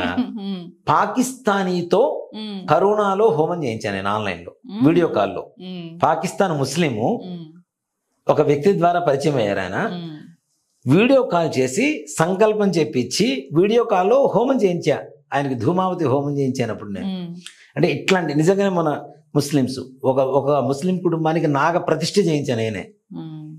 మొన్న వచ్చిన వాళ్ళలో ఒక ముస్లిం వ్యక్తి ఉన్నాడు. సో మళ్ళీ రేపు రాబోయేటువంటి రోజు యాత్ర ఏదైతే ఉందో, రాబోయే యాత్ర, ఆ యాత్రలో కూడా మళ్ళీ ఒక ముస్లిం మంగళగిరి నుంచి వస్తున్నారు ఒక ఆయన. అంటే వాళ్ళు కూడా నమ్ముతున్నారు. నమ్మడం మీన్ ఉన్నది నిజం కాబట్టి నమ్మించాల్సిన అవసరం మనకు లేదు, నమ్మదగినటువంటి విషయం కాబట్టి నిజం కాబట్టి అంతే కదా. కాబట్టి ఆడవాళ్ళు ఉన్నవాళ్ళు మగవాళ్ళని తెచ్చుకోవచ్చు, అది ఇట్లా బ్రాహ్మణ కూర్చోబెట్టి చేయించుకోవచ్చు. చాలా మంది ఇది వరకు చేసేసాము, 1 year అవుతుంది, 2 years అవుతుంది, మళ్ళీ చేయించుకోవచ్చు. అంటే గురుగారు చాలా మంది నారాయణ బలి వేరే చోట 3 days చేస్తున్నారు, మన దగ్గర ఒక రోజు అంటున్నారు. అంటే గురుగారు త్రయంబకేశ్వరంలో నారాయణ నాగబలి చేస్తారు, అది వేరే గురు, అది వేరు. మోక్షనారాయణ బలి చేస్తే నారాయణ నాగబలితో సంబంధం లేదు, చేయాల్సిన పని లేదు. మోక్షనారాయణ బలి ఒక రోజే, దీన్ని 2 రోజులు కూడా చేస్తూ ఉంటారు. ఒకే పూజను 2 రోజులు విడగొట్టేదానికంటే ఒక రోజు చేసుకొని రావడం బెటర్ కదా. ఇప్పుడు ఉన్నటువంటి రోజుల్లో గజిబిజి గందరగోళమైనటువంటి రోజుల్లో, అందులో ఈ తండ్రి తల్లి ఉన్నవాళ్ళు, తల్లి తండ్రి రాలేక మగపిల్లలు ఉన్న వాళ్ళు కూడా వాళ్ళు ఎలా చేయించుకోవాలని వాళ్ళ ఆలోచన ఉంది. దాంతో కూడా ఇదే విధానం, వాళ్ళ తండ్రి గారి స్థానంలో ఒక బ్రాహ్మణ కూర్చోబెట్టడం, పూజ చేయించడం. చేయించి నిజంగా అంటే అట్లా చేస్తే వస్తుందంటే అట్లా కూడా తప్పనిసరిగా సంపూర్ణమైనటువంటి ఫలితం మనకు లభిస్తుంది. ఏ మాత్రం కూడా సంశయం లేదు. నిజంగా ఈ అమెరికాలో, ఆస్ట్రేలియాలో వాళ్ళకి చెప్పాం కదా, ఫోన్ కాల్ ద్వారా జరుగుతుంది, తప్పదు కాబట్టి తద్వారా కూడా తప్పనిసరి ఇక్కడ భక్తి ప్రధానం. ముఖ్యంగా శ్రాద్ధ కార్యం చేస్తుంది, పితృకార్యం శ్రద్ధతో చేసేదానే శ్రాద్ధం అంటారు. అది చేసేటువంటి కొంతమంది ఇంకా మాకు పిండాలు పెట్టేటువంటి అలవాటు లేదండి, మరి మేము పెట్టొచ్చా చేయొచ్చా అనేటువంటి డౌట్ కూడా చాలా మంది వెళ్ళబుచ్చుతున్నారు. అలాంటిది ఏమీ లేదు. పిండ శ్రార్థం చెయ్యాలి తప్పనిసరిగా పితృదేవతలకి అనేటువంటిది మన హిందూ ధర్మం కాబట్టి ఇంటికో ఆచారం ఊరికో ఆచారం లేదు. శాస్త్రం శాస్త్రమే, ఆచారం వేరు, శాస్త్రం వేరు. శాస్త్రం పిండ ప్రదానం చేయాలని చెప్తుంది. ఇందాక మనం అనుకున్నాం ఇంట్లోంచి వెళ్ళిపోయిన డేట్ కూడా గుర్తు లేకపోతే ఏం చెయ్యాలండి అని. ఎప్పుడైతే వెళ్ళిపోయి ఎన్నో ఏళ్ళు అవుతుంది, 14-15 ఏళ్ళు అవుతుంది, డేట్ గుర్తులేదమ్మా. ఏ రోజైతే అక్కడ పితృకార్యం మోక్షనారాయణ బలి చేస్తారో ఆ ప్రతి సంవత్సరం అదే తిథి రోజున మీరు చక్కగా తదిన పెట్టవచ్చు. అక్కడి నుంచి అదే రోజు అనుకోని ఇంకా అదే రోజు నుంచి మనం తప్పనిసరిగా వాళ్ళకి అక్కడ ఆ రోజున తిలతర్పం వదులుతున్నాగా, కాబట్టి అక్కడి నుంచి ప్రారంభం తీసుకుంటే అదే రోజున తీసుకుంటే ప్రతి సంవత్సరం కూడా అదే రోజున తద్దిన పెట్టుకోవచ్చు. అంటే ఒక అధికారికమైనటువంటి ఒక రోజులు కూడా తగినటువంటి విషయం ఇది. కాబట్టి ఈ విధంగా చేయించుకోవచ్చు. ఇట్లా చేయించుకుంటే 100% వాళ్ళకు ఉండేటువంటి సకల బాధ నివృత్తి, సకల పితృదోష, స్త్రీశాప, దేవతాశాప ఇత్యాది దోషాల నివృత్తి ఏదైతే ఉంటుందో నివృత్తి సంపూర్ణంగా కలుగుతుంది. కర్మ విముక్తి జరుగుతుంది. అనుకున్న పనులు అనుకున్న సమయానికి తప్పనిసరిగా నెరవేరాలని పరమేశ్వరుని సంపూర్ణంగా మనస్ఫూర్తిగా కోరుకోవాలి. మీరు అన్నారు అంటే నెరవేరు తీరిపోతుంది. మాటకు అంత పవర్ ఉంది, నిజంగా పవర్ ఉంది. అలాగే గురుగారు, ఫ్యామిలీలో ఒక్కరికి ఉంది, ఆల్రెడీ జాతకం చూపించుకున్నాము, పితృదోషం ఉందని తెలుసు, వేరే వాళ్ళకి కూడా ఉంటుందని చాలా మంది డౌట్ పడుతున్నారు. ఉంటుంది, ఇంట్లో అందరికీ ఉంటుంది. ఇంట్లో అందరూ మీరు చాలా సార్లు చెప్పారు మీ మాటకడ్డు, మనకి పితృదోషం ఉంటేనే మనకి పరిచయం అవుతారు, మన అందరికీ ఉంటుందని చెప్పారు. మన కొంతమంది వక్రీకరిస్తున్నారు. మళ్ళీ అదే చెప్తున్నాను. రుణానుబంధ రూపేణ పశు పత్ని సుతాలయ అనేటువంటి శాస్త్రం ఏదైతే ఉందో, ఈ మాట అబద్ధమైతే నేను చెప్పేది అబద్ధం అనుకుందాం. ఈ మాట మన శాస్త్రంలో ఉంది కాబట్టి నేను చెప్పేది కూడా సత్యమే. పశువులు కావచ్చు, అంటే పెట్స్ కానీ, ఆ గోవులు కానీ, ఇట్లాంటి వాటికి కావచ్చు. అలాగే భర్తకుంటే భార్యకి తప్పనిసరిగా ఆ దోషం ఉన్న వంశం నుంచి భార్య అవుతుంది. అమ్మాయికి ఉంటే ఆ దోషం ఉన్న వంశం నుంచి అబ్బాయి భర్తగా అవుతాడు. వీళ్ళిద్దరికుంటే వీళ్ళ పిల్లలు కలుగుతుంది ఆటోమేటిక్గా. అంతేకాకుండా చుట్టుపక్కల మన స్నేహితులు కూడా దాదాపుగా ఇవే రకమైనటువంటి దోషాలు ఉంటేనే మనతో పాటు వాడు మమేకం అవ్వడానికి అవకాశం ఉంటుంది. అలాగే మళ్ళీ చెప్తున్నాను, నా వీడియో చూసే ప్రతి ఒక్కళ్ళకి ఈ దోషం ఉన్నట్టే లెక్క, దాంట్లో అనుమానమే లేదు. దీన్ని ఎవరు ఎలా వక్రీకరించుకున్నా పర్లేదు, నాకేం పర్లేదు, ఉన్న సత్యాన్ని చెప్పాలి కాబట్టి చెప్తున్నాను. లేదు ఇది అబద్ధం అనుకుంటే ఫస్ట్ వాళ్ళ జాతకం చూపించుకుంటే, వాళ్ళ జాతకంలో పితృదోషం ఉందో లేదో చూసుకుంటే, వాళ్ళు నాతో వస్తేనే వాళ్ళతో తప్పనిసరిగా మోక్షనారాయణ బలి కార్యక్రమం చేయిస్తాను. వాళ్ళకు కూడా ఇది వక్రీకరించాలి అనుకునేటువంటి వాళ్ళు ఎవరన్నా ఉంటే తప్పనిసరిగా, లేదు అది నిజమని వాళ్ళు నమ్మిన అట్లయినా నా వీడియో చూస్తేనే వాళ్ళకి తెలుస్తుంది నేను ఏం చెప్తున్నాను అనేది. నా వీడియో చూస్తున్నారంటే వాళ్ళు కూడా పితృదోషం ఉందనే లెక్క, దాంట్లో అనుమానమేం లేదు. ఇది అతిశయోక్తి కాదండి, మరణామరలా చెప్తున్నాను. ఒక గూటి పక్షులంతా ఒకే చోటుకి చేరుకుంటాయి. సాయం సంధ్యా సమయం అయ్యేసరికి పక్షులు మొత్తం పొద్దున ఎగిరిపోతూ ఉంటాయి ఎటువైపుకి. కానీ సాయం సమయం అయ్యేసరికి ఒకే చోటుకు వస్తాయా లేవా? ఆటోమేటిక్గా వచ్చేస్తాయి కదా. మరి ఆవు దగ్గరికి దూడని వదిలితే పరిగెత్తుకుంటూ 100 ఆవులు ఉన్న తన తల్లి దగ్గరికి ఎట్లా వెళ్ళిపోతుంది కదా. కర్మ కూడా అంతే, దాంట్లో అనుమానమే లేదు. వీళ్ళందరూ ఒకే చోట కూడుకుంటూ ఉంటారు. అలాంటి వ్యక్తులే నాకు పరిచయం అవుతారు, అలాంటి వ్యక్తులే నా వీడియో చూస్తారు, నాతో మాట్లాడాలని అనుకుంటారు. కాబట్టి తప్పనిసరిగా చేయించుకోండి, దాంట్లో తప్పేం లేదు, ప్రతి ఒక్కరు చేయించుకోవచ్చు. ఇంతేకాకుండా మీ వీడియో చూస్తేనే చేయించుకోవాలా అంటే, చేయించుకోవాలన్న సంకల్పం జరిగినా సరే పితృదోషం ఉన్నట్టే లెక్క. ఆ పితృదోషం మీకు నివారణ కలగాలని పరమేశ్వరుడు రాసి పెట్టాడనే లెక్క. ఆయన వీడికి 40 సంవత్సరాలు ఉన్న తర్వాత వాళ్ళకి కొంతమంది తెలుస్తుంది. ఇప్పుడు మనతో వచ్చిన వాళ్ళకి దాదాపు 70 ఏళ్ళు 80 ఏళ్ళు ఉన్న వాళ్ళు కూడా ఉన్నారు. వాళ్ళకి ఆ వయసులో తెలిసింది, ఇంతవరకు అనుభవించింది కాకుండా మరి ఇప్పుడు ఏమైనా కష్టం వస్తుందంటే వాళ్ళు ఆలోచిస్తుంది ముఖ్యంగా మనలాగా మూర్ఖంగా ఆలోచించడం వల్ల భవిష్యత్ తరాల కోసం ఆలోచిస్తున్నారు. వాళ్ళు ఏమనుకుంటున్నారు, అబ్బా మనం పడ్డ కష్టాలు ఎట్లాగో పట్టినా మన పిల్లలన్నా బాగుండాలి కదా అనేటువంటి ఆలోచనతో వస్తున్నారు. అంతేకాకుండా మరి 80 సంవత్సరాలకి కర్మ విముక్తి చేసుకోవాలా, మరి ఇంతకాలం కాలేదు కదా అంటే, పూర్వకాలంలో 20 సంవత్సరాలు బ్రతికి చనిపోయి లేదా 40 సంవత్సరాలు బ్రతికి చనిపోయి ఈ 80 సంవత్సరాల కర్మ అనుభవించలేదు కాబట్టి 80వ సంవత్సరంలో మన వీడియో చూశారు, వాళ్ళకి ఈ విషయం తెలిసిందే, వాళ్ళు వచ్చి కర్మ విముక్తి చేసుకున్నారు. తద్వారా నెక్స్ట్ జనరేషన్స్ కూడా అదే రోజు కర్మ విముక్తి, అంతే కదా. సో కాబట్టి కర్మ విముక్తి, సర్వపాప వినాశనం, సకల కార్య సిద్ధి, సంకల్ప సిద్ధికి ఒక్కటే మార్గం. గోకర్ణంలో మోక్షనారాయణ బలి అనేటువంటి ఒక దివ్యమైనటువంటి అతిశక్తివంతమైనటువంటి ఒక పూజా విధానం. దీంట్లో ఏమాత్రం కూడా సమస్య పోస గుచ్చినట్టు ప్రతి ఒక్కరికి నేను పదే ఇదే చెప్తున్నాను. మనం వీడియోస్ చేసిన ప్రతిసారి కాల్స్, నా జీవితంలో జరిగిన ప్రతి సంఘటన అదే, నా జీవితంలో అదే జరుగుతుంది, అదే ఉంది, ఎలా తెలుసు ఆయనకి, ఎట్లా అని ప్రతి ఒక్కరు కనెక్ట్ అయిపోతున్నారు గురుగారు. అంటే కనెక్ట్ అయిపోవడం అంటే ఏదో ఒక సిచ్యువేషన్ అలా జరిగిందండి, ఆ టైంలో జరిగింది, ఈ టైంలో జరిగిందని కాదు, నా జీవితంలో అదే జరుగుతుందండి, అలానే అయ్యింది, ఎట్లా తెలుస్తుంది ఆయనకి, మేము వెంటనే చేయించుకుంటాము. కొంతమంది ఆల్రెడీ మీ ద్వారా చేయించుకున్న వాళ్ళు కూడా ఫోన్ చేస్తున్నారు, ఏమండి చేయించుకుంటే చాలా బాగుంది, అందరూ వెళ్ళండి అని కూడా చెప్తున్నారు గురుగారు. మంచిదమ్మా, శుభం. వాళ్ళందరికీ నా ధన్యవాదాలు. నిజంగా 2-3 కాల్స్ నాకు అవే చేయించుకున్నాక చాలా పాజిటివ్ గా ఉంది, హెల్త్ కొంచెం బాగుంది, బెటర్ అయ్యింది, కొంచెం జాబ్ దొరుకుతుంది, ఇట్లానే చెప్తున్నారు. అన్నం తింటే ఆకలి తీరుతుంది కదా, అవును, మరి చేస్తే దేవుడికి చేస్తే పుణ్యం కలగదా మనకి, ఆటోమేటిక్ వస్తుంది, అది దాంట్లో అనుమానం ఏముంది. అందుకని మళ్ళీ అంటే నేను అనుకున్నది ఏంటంటే మళ్ళీ అమావాస్యకి వెళ్దామని. మళ్ళీ అమావాస్యకి ఈ నెల మార్గశిర మాసం చాలా మంచిది. ధని అంటే మనకి మృగశిర నక్షత్రం అధిపతిగా ఉండేటువంటి మాసం ఇదంతా కూడాను. కుజ మాసం అంటాం దీన్ని. ఈ కుజ మనం ఎక్కువగా స్త్రీ శాపాలు, పితృదోషాలు కూడా రాహు, కేతు, శుక్ర, కుజ, గురు, రవిగ్రహాల వల్ల కలిగేటువంటి దోషాలు. అందులో కుజుడు ప్రధానంగా స్త్రీ శాపకారకుడు అవుతున్నాడు. కాబట్టి ఎక్కువగా సెకండ్ మ్యారేజెస్ అవ్వడం, లైఫ్ ఎక్కువ ఫెయిల్యూర్ అవ్వడం, మ్యారేజెస్ ఫెయిల్యూర్ అవ్వడం, సంతానం కలగకపోవడం, అనారోగ్యం, ఆర్థికం, ఇవన్నీ కూడా ఎక్కువగా కుజుడు ఆధీనంలో ఉంటాయి. కాబట్టి కుజుడు ఈ మాసానికి అధిపతి, మార్గశిర మాసానికి మొత్తానికి అధిపతి. కాబట్టి మార్గశిర బహుళ అమావాస్య రోజున, అందులో ఈసారి సోమవారం కలిసి వచ్చింది, సోమావతి అమావాస్య అయింది. మార్గశిర మాసం ఇక్కడ చూడండి, అమావాస్య సూర్యుడు, సోమవారం చంద్రుడు, మాసం కుజుడు, రవి చంద్ర కుజులు ముగ్గురు వరుసన వచ్చేసారు. సూపర్ కాంబినేషన్, అంతే కదా. కాబట్టి ఈ డిసెంబర్ 30వ తారీఖున అమావాస్య అయింది నాన్న. 29వ తారీఖు ఇక్కడ నుంచి బయలుదేరుదామని, హైదరాబాద్ నుంచి బయలుదేరుతాం. 30వ తారీఖు పొద్దున్నే పూజ, మళ్ళీ 30 సాయంత్రానికల్లా మళ్ళీ బయలుదేరి అక్కడ నుంచి 31వ తారీఖు పొద్దున్న ఇక్కడ ఉంటాము.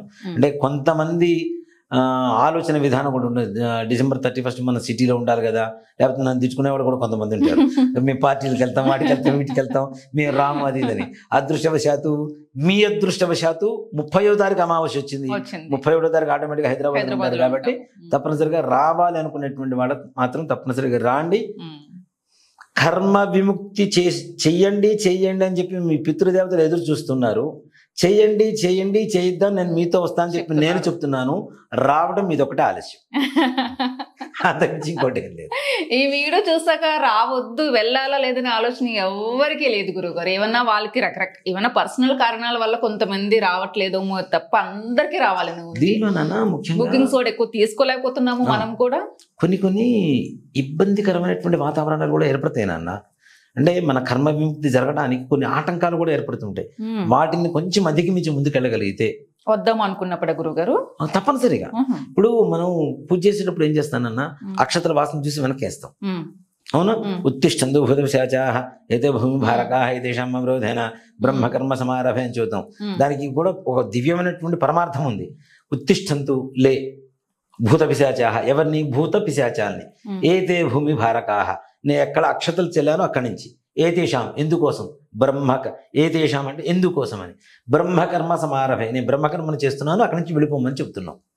మన వాసన చూసిన అక్షతలు ఇవి మన ఓను, మన శ్వాస తగిలినాయి కాబట్టి, మనకి సొంతం కాబట్టి, అక్కడ ఉండేటువంటి భూత ప్రేత పిశాచాలు మన జోలికి రాకుండా అక్కడి నుంచి వెళ్ళిపోయేందుకు అక్షతల వాసన చూసి ఇట్లా వెనక్కి వేస్తాం.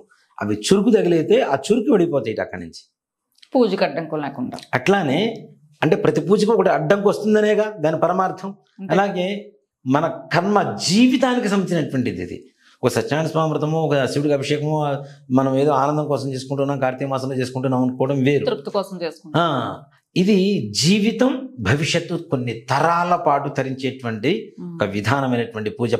అంటే మన వెనకటి తరాలు తరిస్తూ ఉంటే ముందు తరాలు భవిష్యత్తు బంగారుమయంగా మారడానికి కావలసినటువంటి పూజ. కాబట్టి కొన్ని ఇబ్బందులు, ఆటంకాలు కలుగుతూ ఉంటాయి. వాటిని కూడా ఓవర్కమ్ చేసుకుంటూ అధిగమించుకొని మనం ముందుకు రండి. తప్పనిసరిగా ఆ యొక్క పితృదేవతల పరిపూర్ణ అనుగ్రహం, మహాబలేశ్వరుడి పరిపూర్ణ అనుగ్రహం కలిగి అందరూ సుఖంగా, సంతోషంగా, నిజంగా కూడా చెప్తాను, మీకు కలిగినటువంటి అనుభవాలు కూడా నాతో పంచుకోండి. నేను చాలా అందుబాటులోనే ఉంటాను అక్కడ గోకర్ణంలో. తప్పనిసరిగా నాతో పంచుకోండి, నాకు చెప్పండి. నిజంగా దయచేసి చెప్పడం ద్వారా ఇంకాస్త కాన్ఫిడెంట్గా, ఇంకా సంతోషంగా సంతృప్తికరంగా ఈ పూజలు చేయడానికి దోహదపడుతూ ఉంటుంది. అవును, ఇంకొంతమందికి ఇంకా ఉపయోగపడుతుంది. అద్భుతమైన అదృష్టాన్ని, అవకాశాన్ని, యోగాన్ని, కర్మను తగ్గించుకునే దాన్ని, ప్రతి దాన్ని మీరు కల్పిస్తున్నారు గురుగారు. ఇప్పుడు ఒకళ్ళకి ఒక మంచి జరిగిందనే ఒక అనుభవం ఉంది ఏదైతే ఉందో, ఇంకొకళ్ళ జీవితం బాగుపడుతుంది దాని ద్వారా. ఇది చూసారే, నిజమే కదా, అతను చెప్తున్నాడు కదా, మనం కూడా చేద్దాం. సో మీ ఆనందకరమైనటువంటి అనుభూతుల ద్వారా ఇంకొకళ్ళ జీవితం, ఇంకొక వంశం బాగుపడుతుంది. ఒక వ్యక్తి జీవితం కాదు, ఇంకొక వంశం బాగుపడుతుంది. అది గుర్తుపెట్టుకోండి. దాంట్లో కూడా మీరు కూడా పుణ్యకారకులు అవుతారు. అందులోనూ ఈ గోకర్ణంలో ఉండేటువంటి మనకి బ్రాహ్మణులు ఉండాలన్న, మొన్నటిదాకా మనకి ఏంటంటే కొంతమందిని మనం నియమించుకున్నాం. ఈసారి నేను ఒక నిర్ణయానికి వచ్చేసాను. ముందుగానే ఎక్కువ మంది బ్రాహ్మణులు ఎంగేజ్ చేసుకొని తక్కువ మనుషుల్ని, భక్తుల్ని వాళ్ళకి కేటాయిస్తే ప్రశాంతంగా జరుగుతుంది, ఇంకా ప్రశాంతంగా జరుగుతుంది. అందులోనూ వాళ్ళ భోజనాలు అంటే ఆ 10 మంది బాధ్యత మొత్తం వాళ్ళే తీసుకుంటారు. ఇంకో 10 మందికి వాళ్ళకి అప్పచెప్పాం, వాళ్ళ బాధ్యత మొత్తం ఆ పురోహితులే తీసుకుంటాడు. కాబట్టి ప్రశాంతంగా జరగడానికి కూడా అవకాశం ఉంటుంది. నిజంగా వాడు కూడా చాలా దివ్యంగా చేయిస్తాడు నాన్న. నేను చాలా మంచిగా మాట్లాడతారు. చాలా నేను మళ్ళీ మధ్య ఒక గురువు గారి దగ్గరికి వెళ్ళాను. కాస్త ఎక్కువ పూజలు చేయండి, మా దగ్గర ఉన్నాయి కదా, చేయండి అంటే, మాకు ఎక్కువ డబ్బు వద్దు, వచ్చిన వారు ప్రశాంతంగా సంతోషంగా మీ మీద నమ్మకంతో వారు వచ్చారు, మా మీద నమ్మకంతో మీరు ఇచ్చారు, కాబట్టి ఆ నమ్మకం నేను నిలబెట్టుకుంటాను, మీరు నిలబెట్టుకోవాలి అంటే తక్కువ మందిని తీసుకొని తక్కువగానే ప్రశాంతంగా చేయిస్తాను నేను అని చెప్పాను అన్నారు. అది నిజంగా నాకు చాలా బాగా నచ్చింది. సో అక్కడ పూజ అనేది పర్ఫెక్షన్ ఉంది. పర్ఫెక్షన్ లేకపోతే 100 మందిని ఇచ్చిన నేను తీసేసుకుంటానంటారు ఎవరైనా. ముఖ్యంగా వచ్చిన వాళ్ళకి కార్య సిద్ధి కావాలి, సంకల్ప సిద్ధి జరగాలి, వాడు వచ్చింది దేనికోసము, అది ఉపయోగపడాలి అనేటువంటి ఒక మంచి సంకల్పం ఏదైతే ఉందో తద్వారా మంచిగా జరుగుతుంది, వాళ్ళు మంచిగా చేస్తారు అనేటువంటి ఒక నమ్మకం ఉంది. అలాగే నేను కూడా అన్ని చోట అందరి దగ్గరికి వెళ్ళి పలకరిస్తూ ఉంటాను, ఎలా జరుగుతుంది ఏంటి అనేటువంటిది అందరినీ పర్యవేక్షిస్తూ ఉంటాం, చూస్తూ ఉంటాం. చాలా మంచిగా జరుగుతుంది. వచ్చిన అందరు నిజంగా గోకర్ణంలో ఎంతమంది అంటే, మొన్న చిన్న గల్లీలు నాన్న, మన శివాలయం నుంచి మనం లోపలికి వెళ్ళి బయటకు వచ్చేటువంటి ద్వారం ఉంది కదా, అట్నుంచి నేను సముద్రం నుంచి వస్తున్నాను, నా పక్కన ఇట్లా కారు ముందుకు వెళ్తుంది సముద్రం వైపుకి. అటువైపు ఎవరో 10 మంది నిల్చొని ఉన్నారు, కుటుంబం. గురుగారు అనుకుంటూ వచ్చారు. ఎవరు అంటే మనతో వచ్చారేమో అనుకున్నాను నేను. అమ్మ చెప్పండి అమ్మా అన్న. కారుని ఇట్లా అడ్డం ఆపేసి ఇటు పక్కకు వచ్చి కాళ్ళ మీద పెట్టి నమస్కారం చేస్తున్నారు.